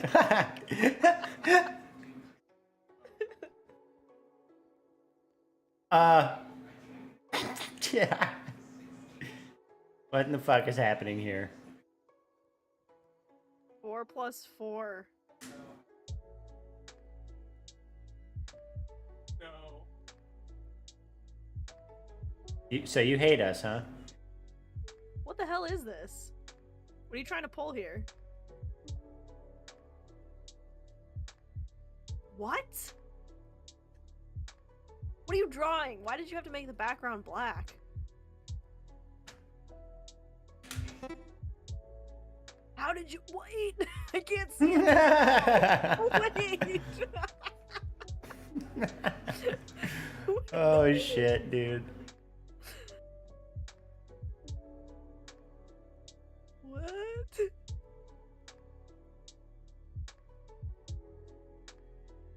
I did this. Oh. Why did it have to be in the dark? Blackboard. It wasn't. Yeah. Yeah, blackboard. Yeah. Oh, that's me. Oh, easy. Oh, wow. So That easy. sure Really looks is. easy. Whoops. What in the hell?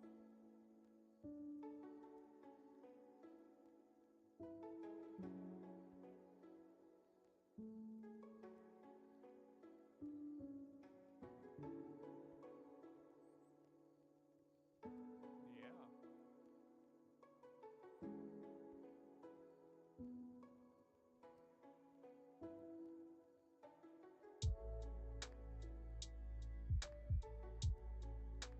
You, s- you, you see what I'm doing? No. Yeah. Wait. Oh. Yeah, alright. Jesus, there we go. The hand crank was a little weird. Alright, well, I was just I figured the other part would be more telling, so I just put it there as sort of like a minor indicator. Ellen. Yeah. Stop. That's minus 15 now. Oh shit! I I didn't pick a word. Oh, Yeah, it just picks one for everybody you. I just did the be same cool thing. about it. Everybody just be cool about it.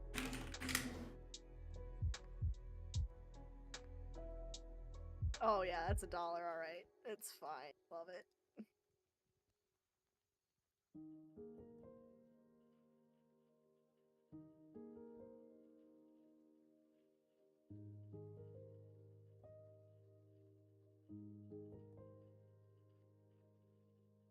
Fuck. The gold standard. You sound like my dad. The country was doomed after we abandoned the gold standard. So stupid. Oh man.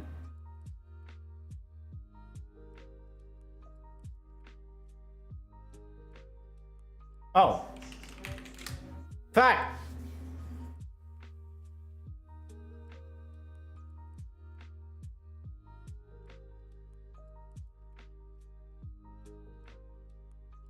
You're pissing me off right now. What the fuck? Now we got different colored money, dude. Okay. Sorry.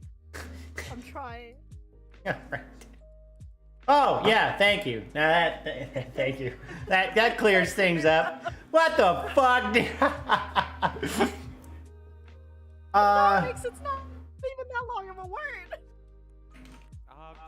Just guessing anything I can.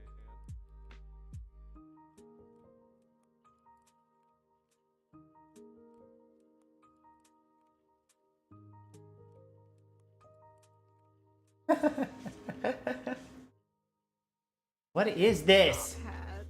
He's got like a top hat, and that's how you know that he is. He is. He contains, he owns. He's got like a big old house and a trophy wife. And these are all signs of what? Oh, god damn it. I hate everything you stand for, Ellen. Listen. Listen. The other two were observatory or fog. Observatory would have been easy. Come I on. would have drawn like the little planetarium. Exactly. I know. You do the open dome thing with the satellite? Come on. Or the not the satellite, the fucking telescope. Harry. Virus. COVID-19. You're spreading misinformation. Oh. But my online presence isn't dedicated to it, so I'm safe. What is This is literally COVID-19, I think. It's COVID-19 and heels. Yeah, we're in stilettos, dude.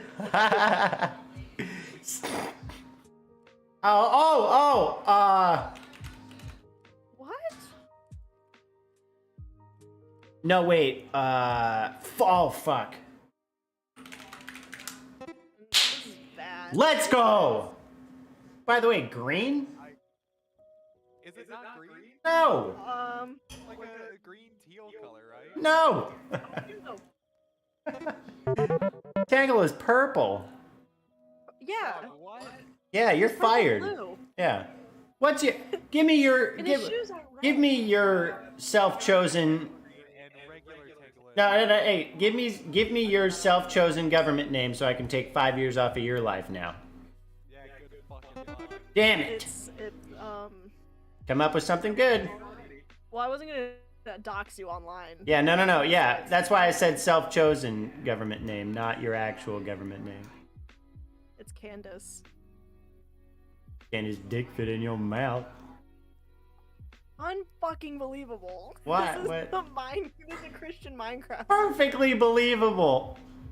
All right, I'm gonna shortcut this just a little bit. How dare you? Oh wait, no, I'll do these. Oh. I have these. Yeah. It was awful. Yep. I still don't use my retainer. Me either. Meh. I'm supposed to use it forever and I didn't. Oh, that's nope. Hang on. Gotta be gentle. You bitch. What? Just had to rapid fire that one off, Bingus. That's all Candace does. Candace, yeah. Yeah, fuck you, Candace. Alright.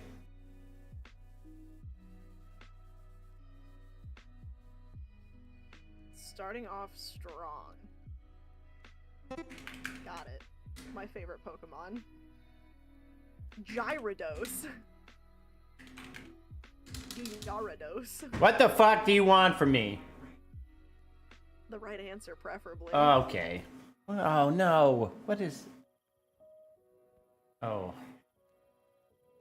This is not one of the original 150. It is.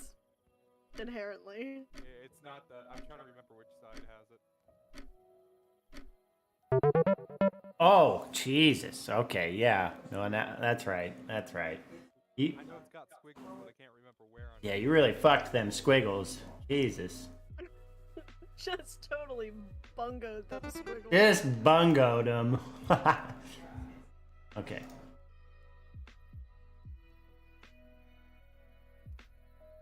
Fine lines. I should literally not have to do any more than I just did. Haha. There you go. Acorn. Yeah, get acorned, bitch. Oh. We're gonna go for this one.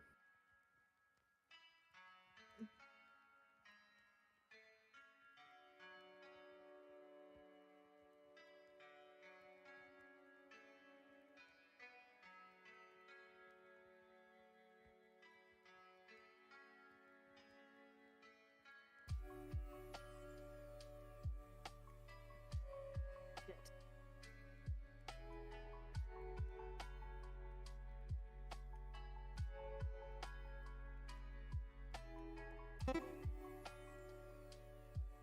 Just handed it to you on a silver platter.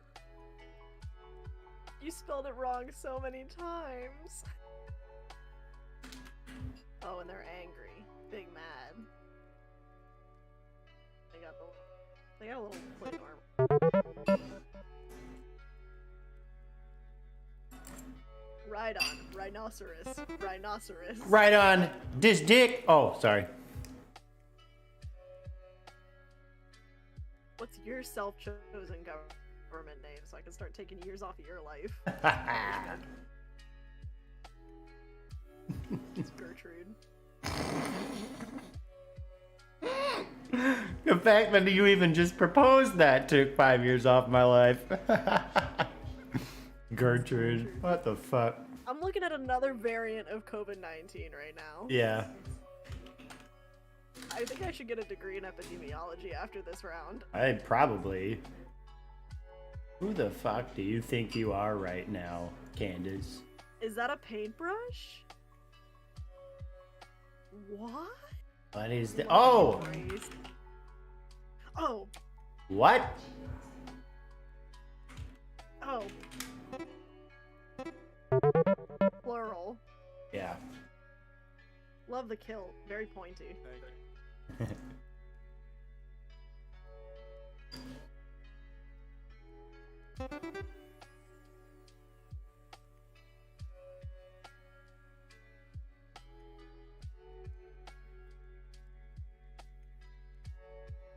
Does your cat think it's necessary to clean herself literally right now? She's so nasty. Okay, I'm gonna give you a hint. I'm not drawing anything. This is it. And this is a pop culture reference. If you don't get it, you both deserve no points.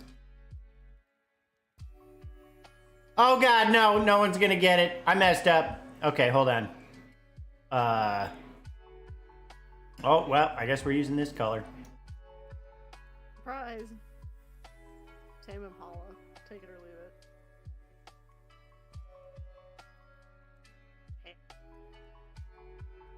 Oh god.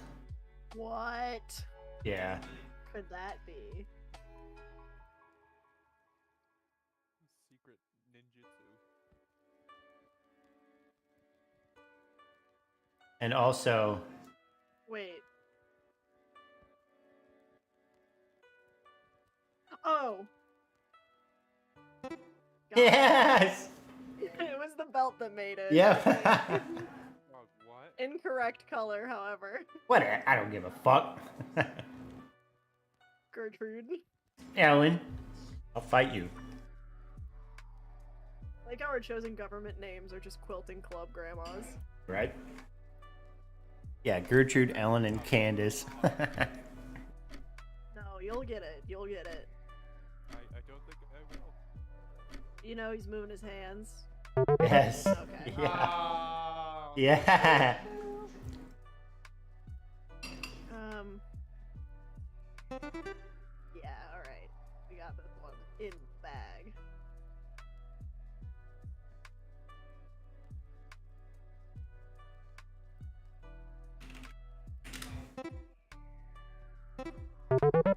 Go team! We are not a team. I'm against both of you. Till the day I die. Wow. I don't know if you really want to say that. Them's fighting words. Yeah, you're right. I take it back. I'll issue my formal apology tomorrow. I expect to see it on Twitch. Where you read off of a paper. Okay, well, hey, this is my last stream. Oh! You punked me. Oh, wait. It's 2 words. I wasn't even looking. I wasn't even looking! Oh. What?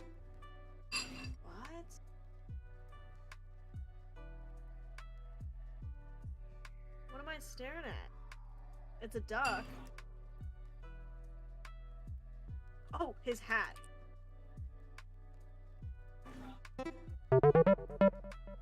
I thought that was an orange that was on his head. Like a clementine. Yeah. Woohoo, I won!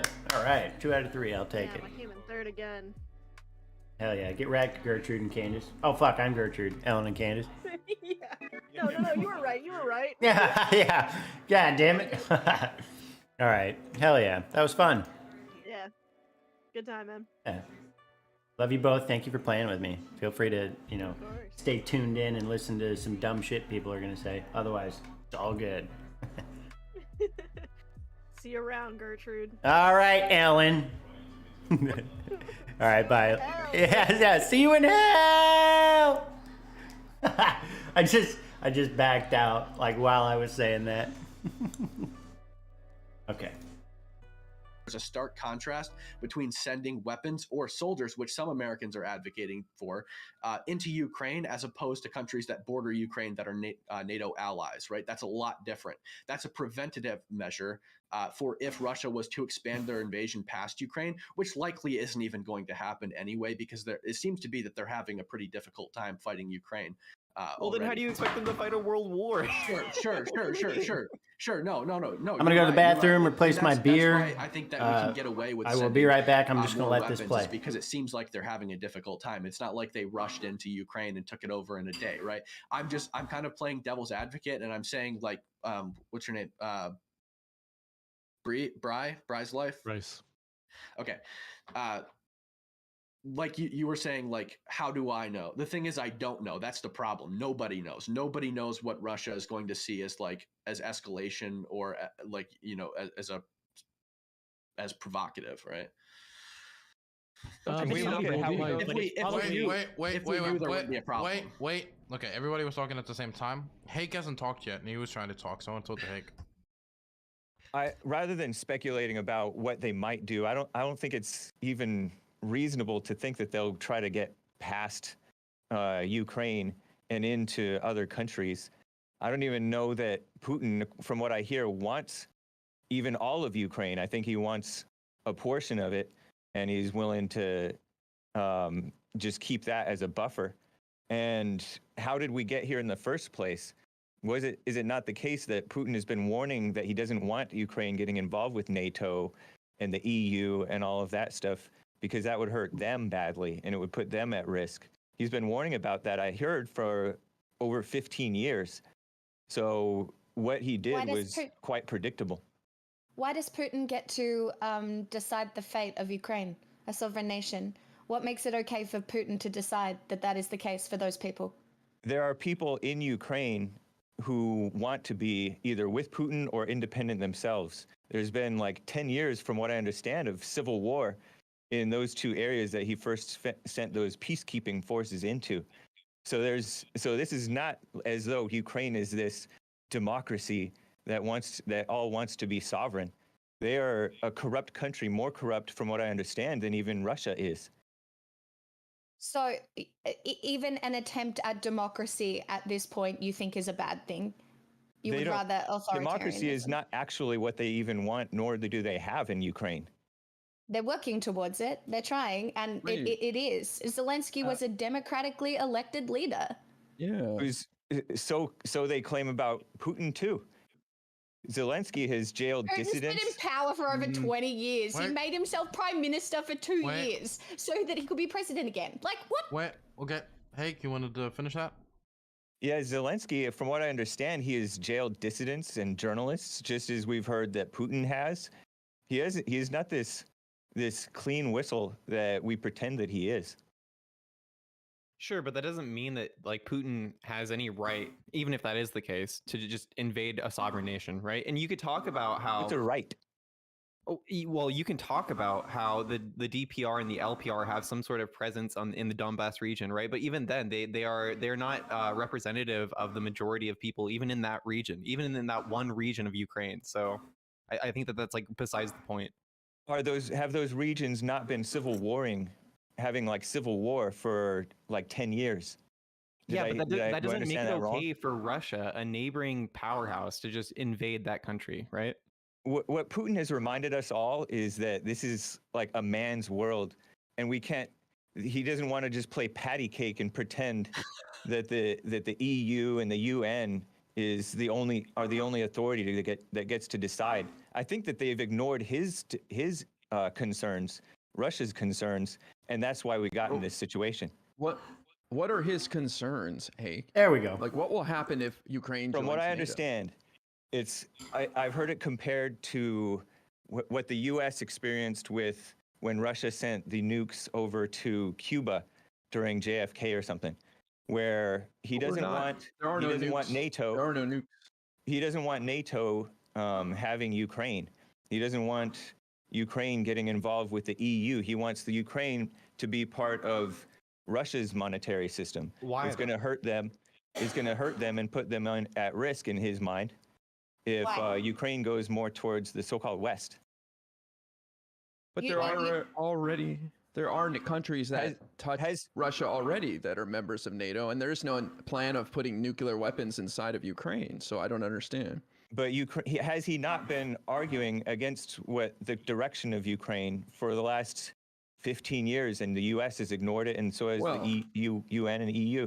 He has been, because it's an incredibly difficult part of the Russian border to defend. Right now, with the Russian border the way it is up in Estonia and like those countries, like the land across the Ukrainian border is impossible for him to defend. But I think the biggest problem is that Putin felt like having democracy spread as an ideology through a people with a lot of shared history with Russians felt like an attack on his leadership. It's an entire threat that even the idea of democracy could exist in Ukraine.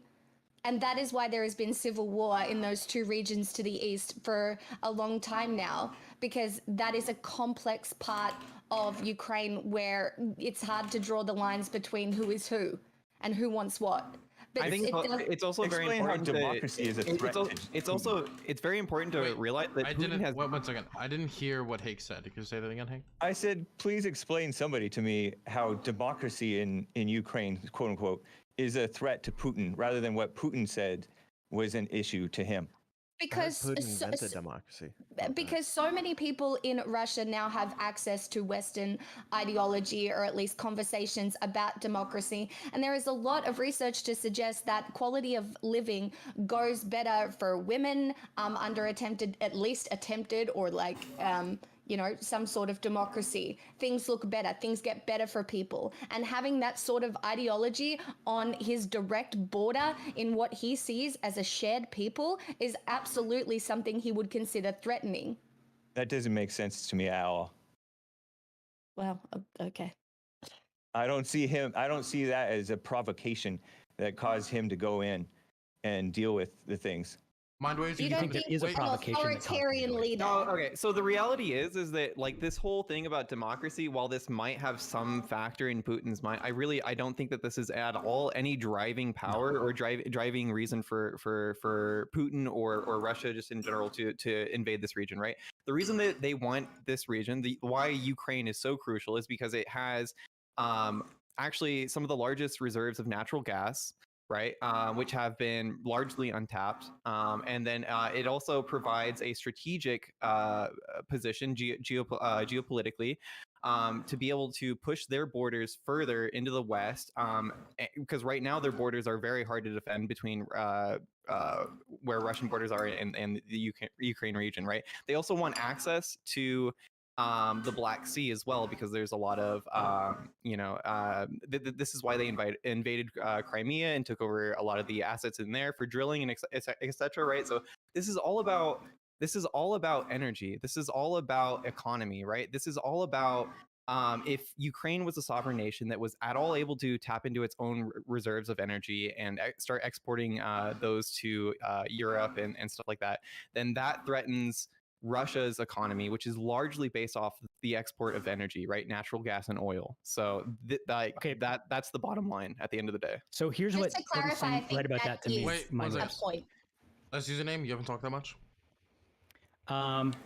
Russia already has access to the Black Sea through Crimea, and surely the economic sanctions that they could have predicted. I don't know are going that to it's fall about on them, and now just are falling access. on them, are going to offset Probably whatever sort more of economic about benefit they total would have control from of that area. invading Ukraine, which is questionable because after you invade a country, it tends to destroy the local infrastructure and everything. So I'm not convinced that there's an economic reason for this invasion. It seems much more about domestic politics. It's just, Putin wants to be popular, and No, absolutely not. Putin has had his presence in Ukraine for a long time now because there has been the threat of Ukraine being able to sell the rights to their natural reserves to companies like Shell and Exxon, right? And they actually tried to do this, but then Russia established a bigger presence and started backing those dissident parties in the Donbass region, right? And then those companies actually pulled out of agreements to even start tapping into those reserves, right? There has been this constant pressure and crippling of Ukraine by Russia to make sure that they are not able to access those reserves and they're not able to export any sort of energy into the EU, because that threatens their exports, which is like the basis of the majority of their 85% of their economy or something ridiculous. So do you think Russia knew that Nord Stream 2 would go bankrupt, or do you think that is an unintended consequence of what is going on right now? Because obviously that harms their infrastructure significantly. To be honest, I'm not familiar. You could elaborate if you want. Oh, it's a gas pipeline with I think it's the Swiss. Please, someone. Oh yeah, absolutely. So yeah, actually, recently Russia has been building pipelines that aren't just going through Ukraine, right? So now Russia actually, even besides Crimea, or even outside of Ukraine, has a lot of pipelines to export oil, right? But the thing is that if Ukraine is able to become basically another European petro country, right? Petro nation, then that threatens their economy, right? They don't want Ukraine to be independent. They don't want Ukraine to build their own economy, especially not off of the export of energy. I agree with that. I think it's okay. Last username kind of mentioned that the fact that the sanctions are going to ruin their country. But I remember watching Putin speak, and he essentially was kind of trying to scare us off sanctioning him. So maybe he did this and he's pulled in and now he's just stuck. I don't know. I just thought that was a thing. It's kind of everything we've touched on. I think Putin didn't expect the way things are going, and so kind of got stuck in the situation. I do think he did it economically and then didn't, tried to scare us off sanctions. Obviously it didn't work. If you're from the West, you wouldn't think it would work. I think technically that's we don't know. possible, but I think it is overwhelmingly unlikely that he didn't see economic sanctions like what have been levied coming. I had a statement just today don't. where he's like, I don't see that. Like, it's actually really funny. His quote is something like, "We have no ill will towards our neighbors, and we implore them not to like escalate any further and not like please no more restrictions." Yeah, So before honestly, like months before the invasion, the Kremlin put out a statement that was like threatening the U.S. with like colossal consequences if we sanction them. But that was just corrupt, when we were thinking about sanctioning them for building up on the border. Or no, it was Biden had released a statement that was saying if they were to invade, that he would sanction them, and the Kremlin was like there'll be colossal consequences. But at that point, you could already kind of tell they're going to invade because they wouldn't be like threatening us over sanctions if they didn't intend on invading anyway. So like because they wouldn't be.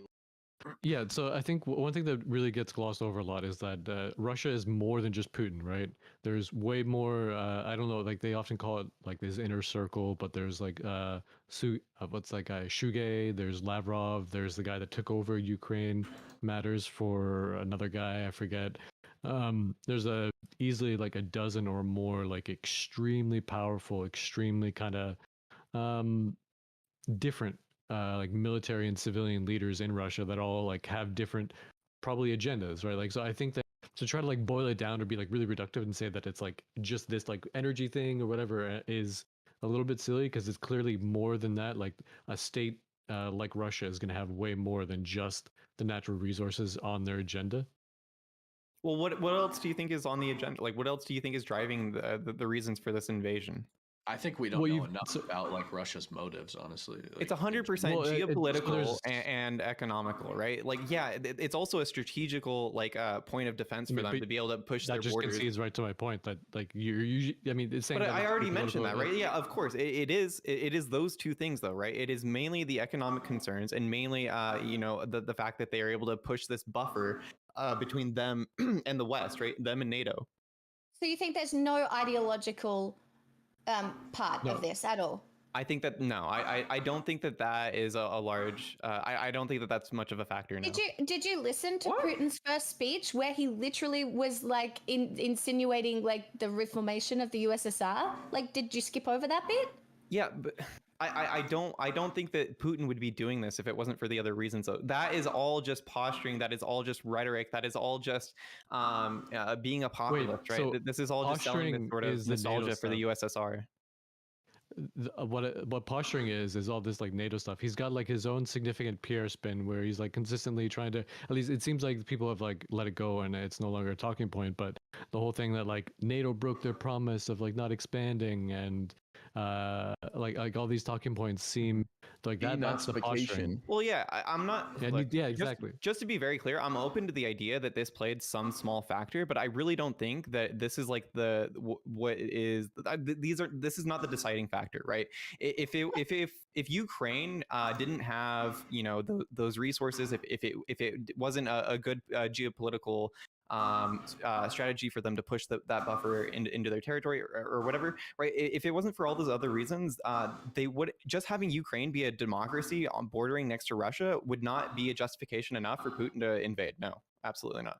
But so what do you think happened during the Cold War?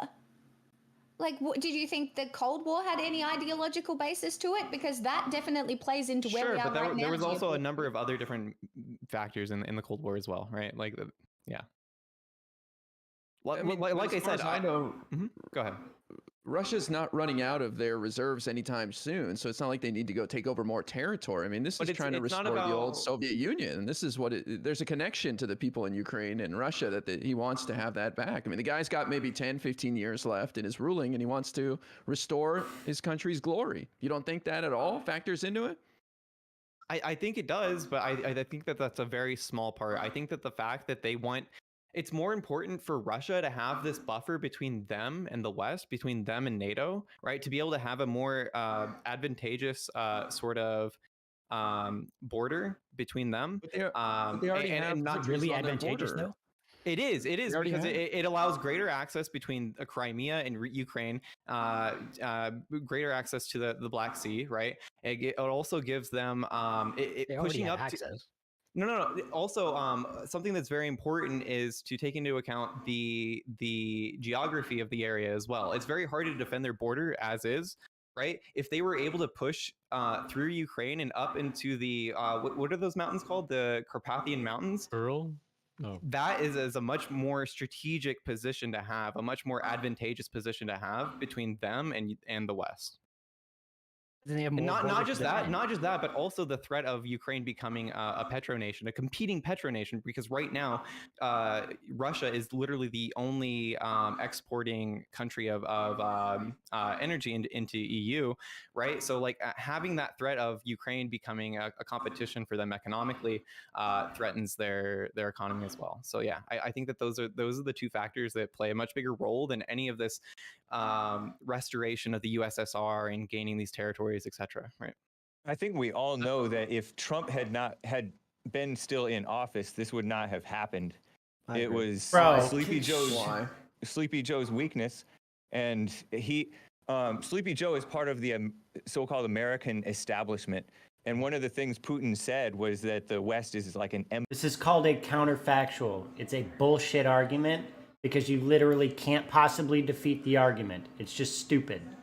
Stuff, and it is in many cases based on lies and phoniness that Joe Biden supported, whereas Trump was much more reserved and reasonable and was able to work with these people and had a rapport with the strong men like Putin and the North Korean little rocket man.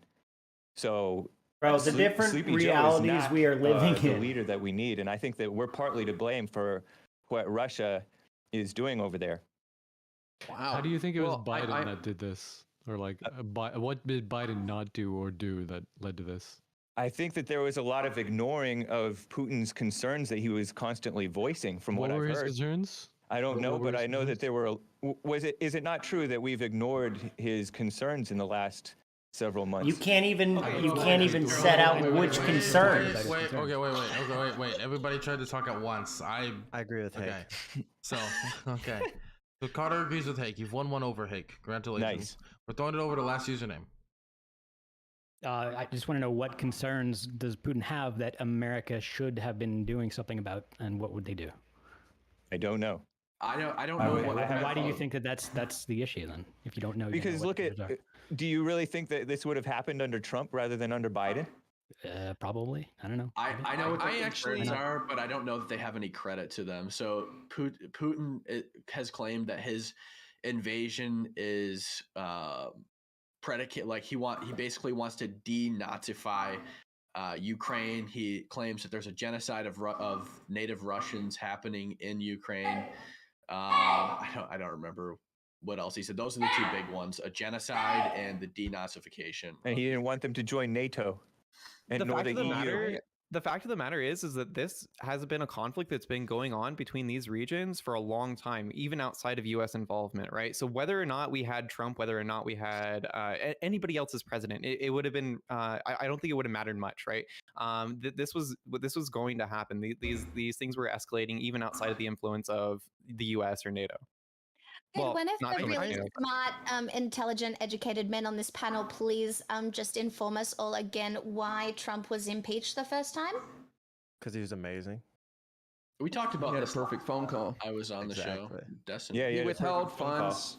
He withheld funds, military aid for 2 months, ultimately from Ukraine. But I actually agree with Hake that this wouldn't happen. That's because Trump was in Putin's pocket, and his goal was to break up NATO. He probably would have broken it up in his second term, according to John Bolton, his NSA for 2 years.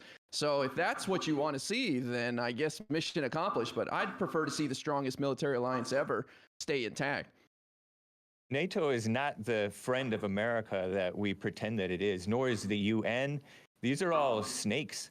And we have a snake in office right now working with them. How can you say that, Hake, when they've kept world peace for 70 years through these organizations? And you don't know main thriving countries in the NATO. What do you mean? Like NATO is the U.S.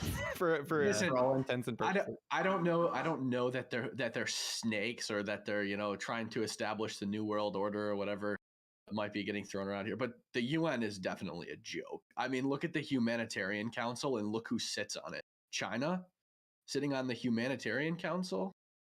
And there are a lot of communists who are running the UN like is not all NATO, that stuff. What? We're talking about UN. I'm not talking about NATO. I'm not pretending it's the same thing. Hank, does your nationalism in regards to America first, kind of like putting America first, does that mean that you think that America should not have any allies? We can have allies, but we don't have to just pander to them and cave to them. There's this big bandwagoning of, oh, Ukraine, helping when there's a lot of evil done within Ukraine and bad things done by Zelensky, even in this war, arming civilians to just be like guerrilla warfare, getting them killed and breaking Geneva Conventions, according to what I've heard. They're being invaded. What choice did he have? What choice did he have? He didn't have to do that. Defending an ally against a patriotic American not want to arm civilians. Okay, stop for a second. Okay, I understand. Hake is the trailblazer here. He's the one dropping the truth bombs. So we gotta let Hake respond when you ask him a question like that. So Hake, sorry. So helping people can often be a hurt. You're like enabling evil, oftentimes, and I think that that's what's partly happened. Is that Ukrainian civilians, plainclothes civilians, have been given these AK-47s. In some cases, they've committed crimes against fellow Ukrainian citizens, and they've broken Geneva Conventions by not being in uniform and all of that stuff. And it's just put them in. Many of them have died unnecessarily by being armed, going up against the Russian army. Some of them, if they want to do that, I guess they can. But if isn't breaking Geneva Convention a pretty serious quote-unquote war crime? No. Not if You want stricter gun control. Internet, just like the UN, international law is a joke. The UN has like international law, but what is there to enforce it? Absolutely nothing, unless one of two things happen: either the country decides to domestically prosecute war crimes, or the foreign entity that wants to prosecute is occupying the country that they're alleging war crimes against, which both are incredibly unlikely unless Russia tries to allege war crimes. Well, I get, okay, sure. Maybe Russia could occupy Ukraine and allege war crimes and try to prosecute them. But if they took it to like international court, I don't think that it would get very far. I'm more concerned about the present, because the alleged war crimes is basically they're justified according to the Geneva Convention. What I've heard is that a civilian, plainclothes civilian, going after an army armed like that, they're justified. A component of the? They're justified. Hold on. They're justified in just executing them right there on the spot. So and I think that that's partly what's happening. Yeah, but I mean, Ukraine. This is the problem with war, with like war law or like wartime law, right?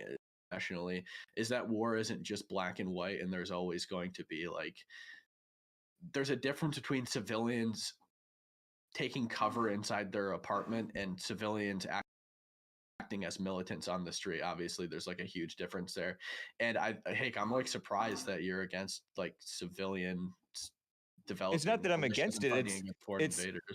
It's that he's arming them, putting them as sheep to the slaughter. With if a foreign country invaded America, I would hope that whoever's president did the exact same thing for us. Except the mistake that Ukraine apparently made and we didn't, is they didn't have the right to bear arms until recently.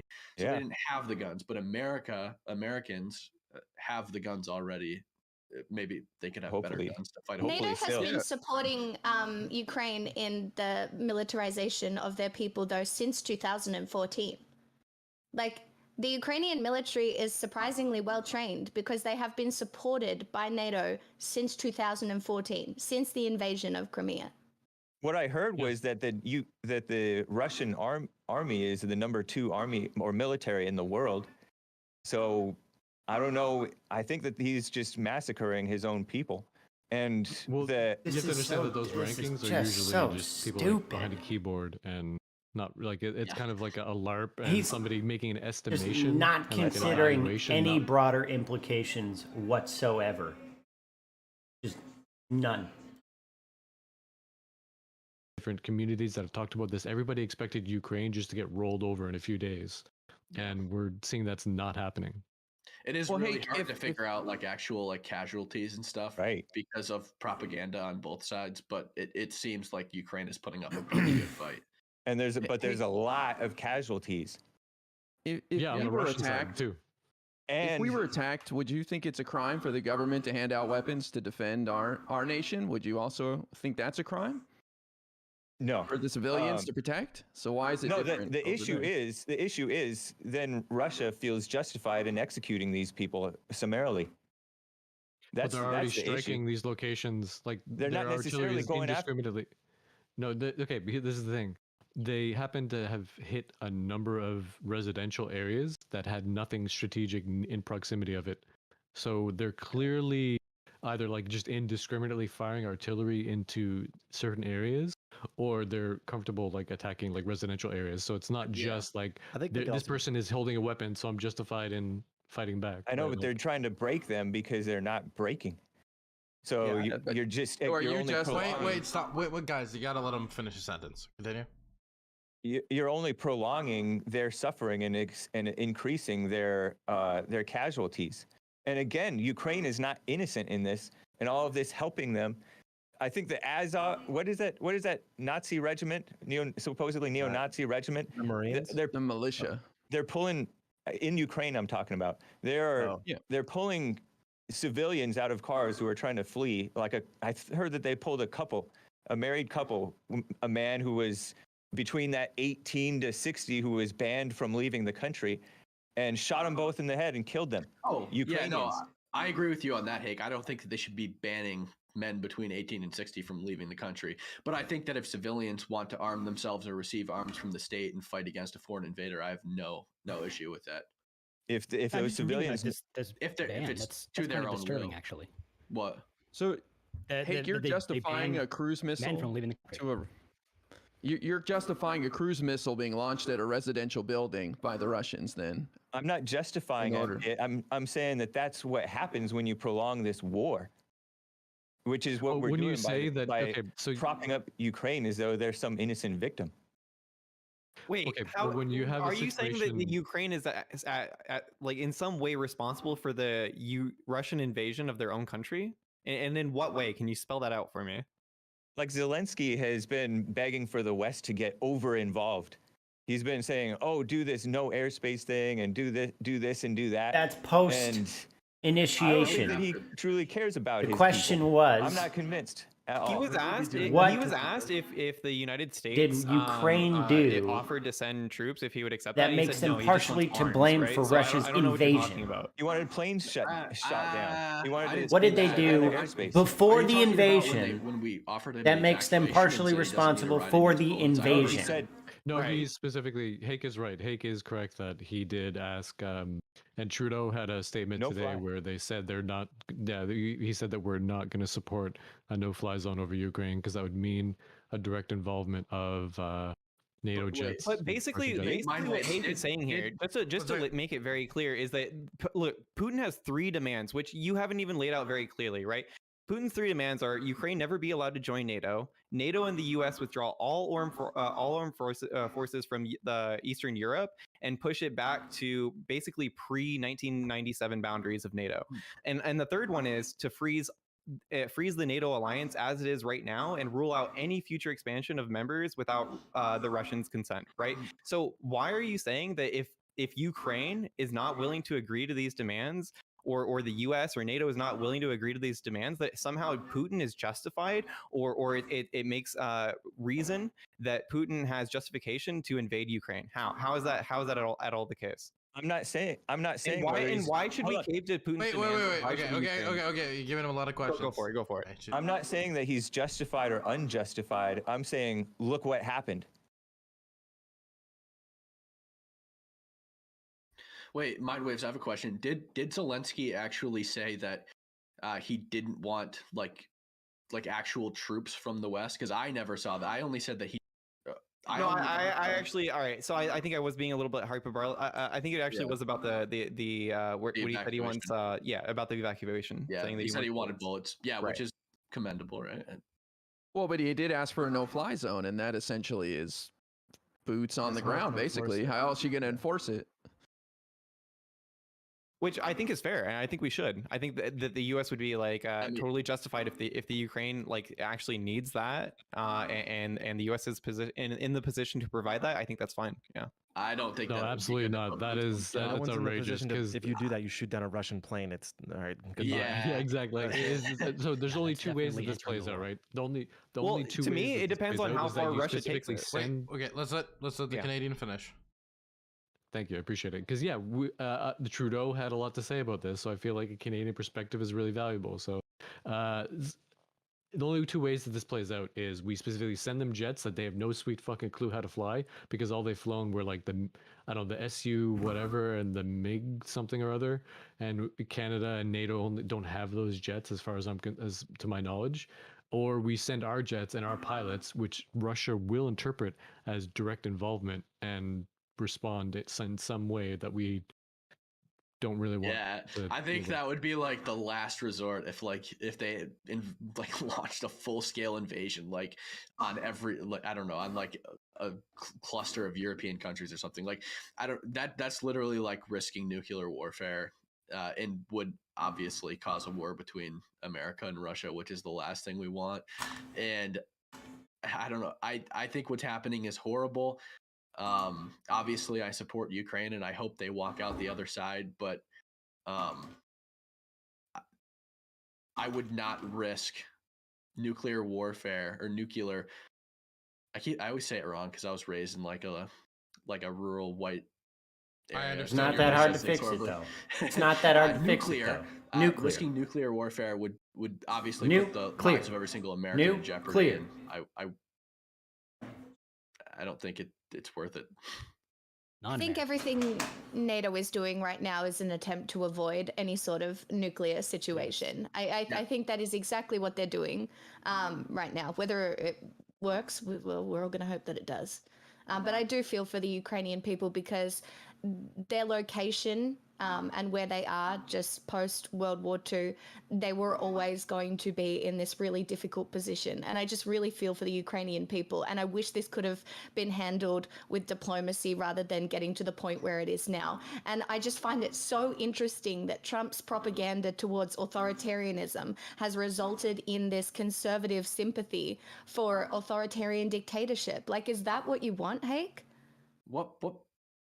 The propaganda is this everybody feels sorry for Ukraine propaganda. There's this just melodrama about it that everybody's just on board. Doesn't that make you suspicious of that propaganda? Oh, I absolutely am suspicious of the media, but I am also someone who has seen American media do the exact same thing, right? You can be suspicious of Black media Lives Matter. Yep. and still realize that this was an invasion of Ukraine by Putin. And I know I'm not talking about Black Lives Matter. I'm talking about when Tucker Carlson was like, Australia is a communist dictatorship. Like, I'm just over here just vibing, right? Like. And why is that wrong? To say how ridiculous it is to call civilians in a free nation being slaughtered by an invading country melodramatic, but all right, go for it. Somebody else. We got to acknowledge that it's like wartime and there's going to be propaganda coming both sides regardless. There's going to be propaganda coming from Russia and there's going to be propaganda coming from Ukraine. And I've seen a lot of stuff on, I don't know if you could even necessarily call it propaganda, that just comes from morons not doing any research whatsoever. A lot of it is stuff about Zelensky, but there's also a lot of stuff about Putin and people supporting Russia that's coming out that is just the product of morons not doing research. I'm really biting my tongue about the comment about panels, but yeah, morons are not doing research. Look, I did 1 hour of research. I read a lot of Wikipedias, okay? I'm well qualified.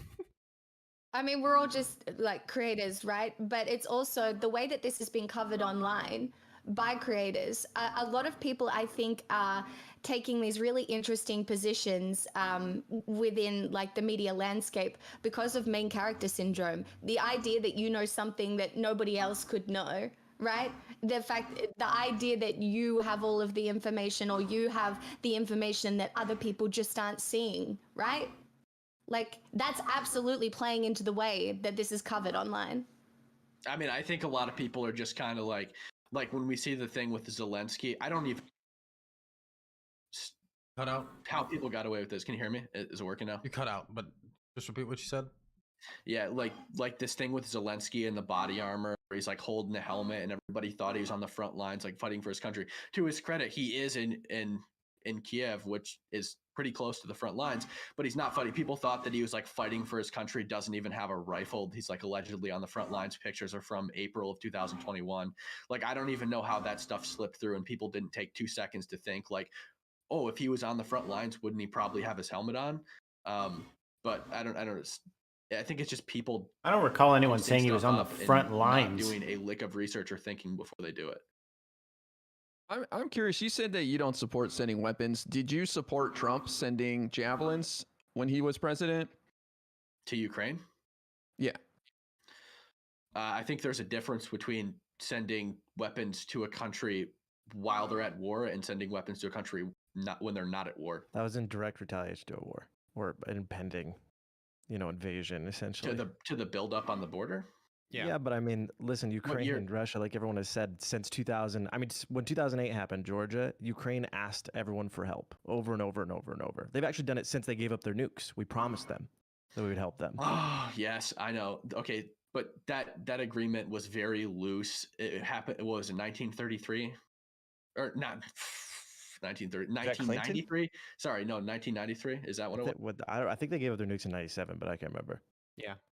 So they gave up their nukes in 97. I think the agreement was in 96. I'm pretty sure. Okay, sure. Why couldn't we keep it? We're the most rich, powerful nation in the world. Clinton lied and Ukrainians died. Okay, but so the agreement was made. You said, what did you say, 97? But I think the like loose agreement that everybody 94. references was made like several. There we go, 94. I thought it was 93. So made in 93 or 94. Sorry. But it was very loose. It wasn't like, it's not like we signed our name on a contract. And Ukraine didn't even really give up their nukes because they wanted protection from the United States. They gave it up because they wanted to be seen as an outlier in the region, and they wanted to impress the West. That's why they gave up. That was the primary reason that they gave up their nukes. But I wouldn't, if I had to break a promise to protect the lives of every American, I would do it in a heartbeat. I don't think that this agreement that we allegedly made in 1994 justifies sending. Obviously, there's a difference between like boots on the ground and weapons, but a lot of people are trying to use that agreement to justify sending troops. Right? It wasn't loose. It was signed, but it just didn't. It didn't promise them. It was not a defense alliance, right? It just recognized their sovereignty. It was just more so, sovereignty, or like a agreement that like the West would be there for them, is to my understanding, right? And like that's what they were promised. A lot of people interpret it as that we would protect their sovereignty, which is the part. There's no way to. There's no, like, it's not ambiguous about that. The only promise that it made in their defense is that it would seek a UN Security Council resolution to defend them if someone invaded them, right? Which they've already done.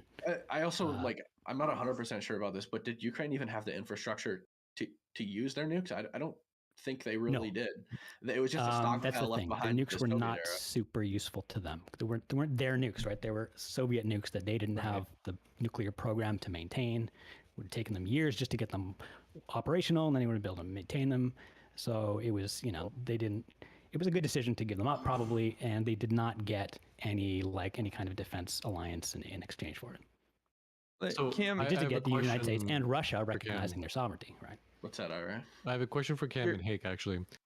Sorry, Ira. I'll ask it really quick and let you get to yours. Okay, and then we're going to go to Ira, and then I think we're probably actually going to move on to the next topic soon. Because it's a big topic, because a lot was covered by Biden's speech, and I'm going to ask about the certain sections of it. So I hope everybody in here watched it, right? By the way, Biden's speech? Hell yeah. Wonderful. Hell yeah, brother. I'm the most patriotic Australian. Yeah, I totally watched it. Okay, Beers?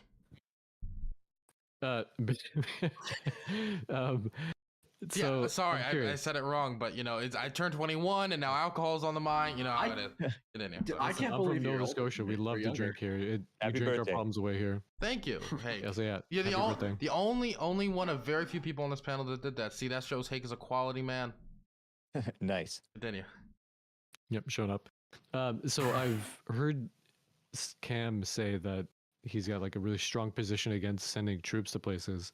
And in tandem with Hake's thing about Didn't say that. well, sorry, like boots on the ground, because I'm really interested in whether or not this it rings true when we look at like Trump and him sending troops to Saudi Arabia when the oil facilities were being attacked. Again, I haven't said, to be clear, I haven't said a single thing about Trump the entire time I've been on this panel. I haven't defended Trump a single time.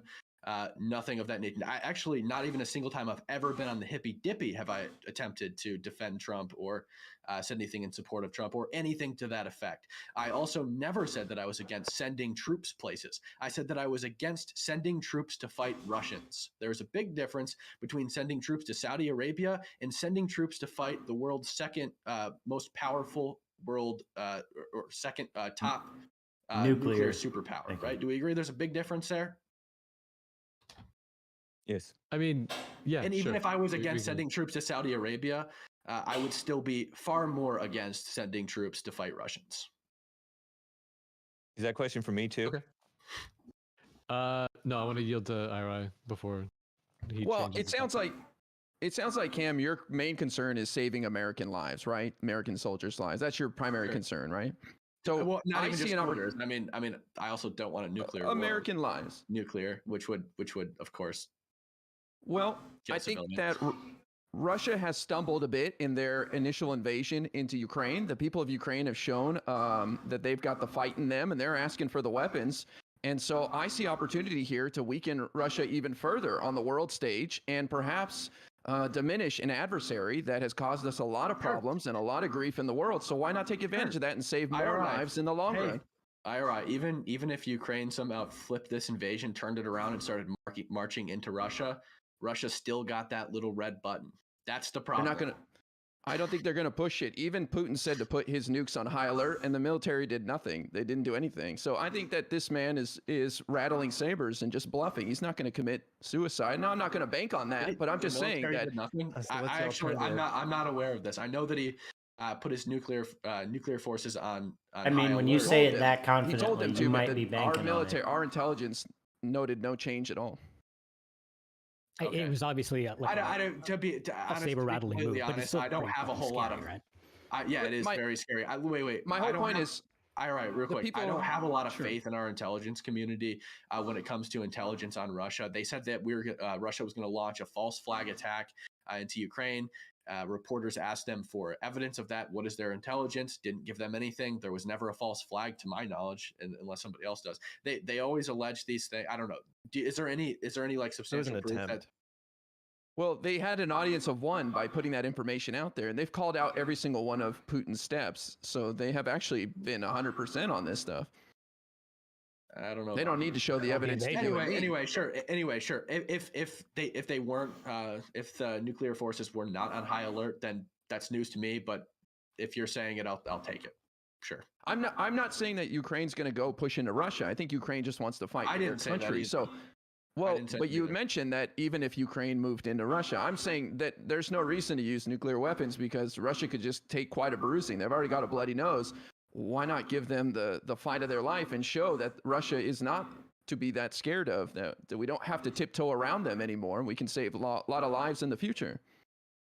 Sure, but I still think that we can. Are we talking about? Sorry, the conversation got a little confusing. We're talking about thousands. No, wait, we're talking about thousands of Stingers. Okay, so we're talking about Stingers because Bryce was talking about troops. We're talking. You and I are talking about Stingers. Okay, sure.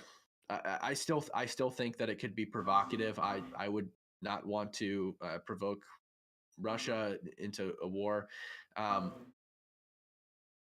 also think that just because there's a war doesn't mean America needs to get involved with sending weapons. And I think that sending weapons is getting involved in a war.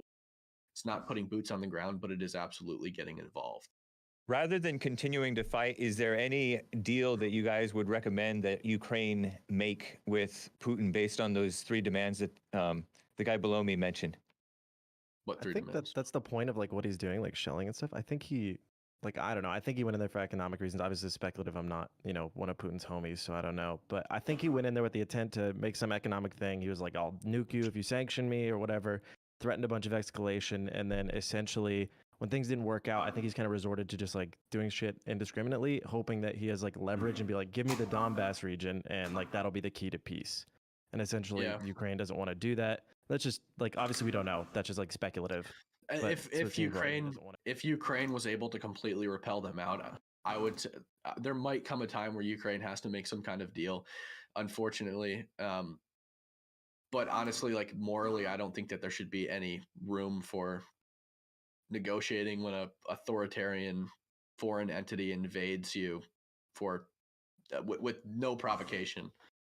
But how do you say that that's no provocation? He's been basically threatening this for over a decade, right? Hasn't he been making these demands? And Putin has been saying he's going to invade Ukraine, but Ukraine hasn't provoked him. They're not. But hey, you cannot say that just not caving to Putin's demands is provocation enough. I know, but that's the argument for reality right now. Wait, that's my Jake. Sorry. That's my point. Is that the reality is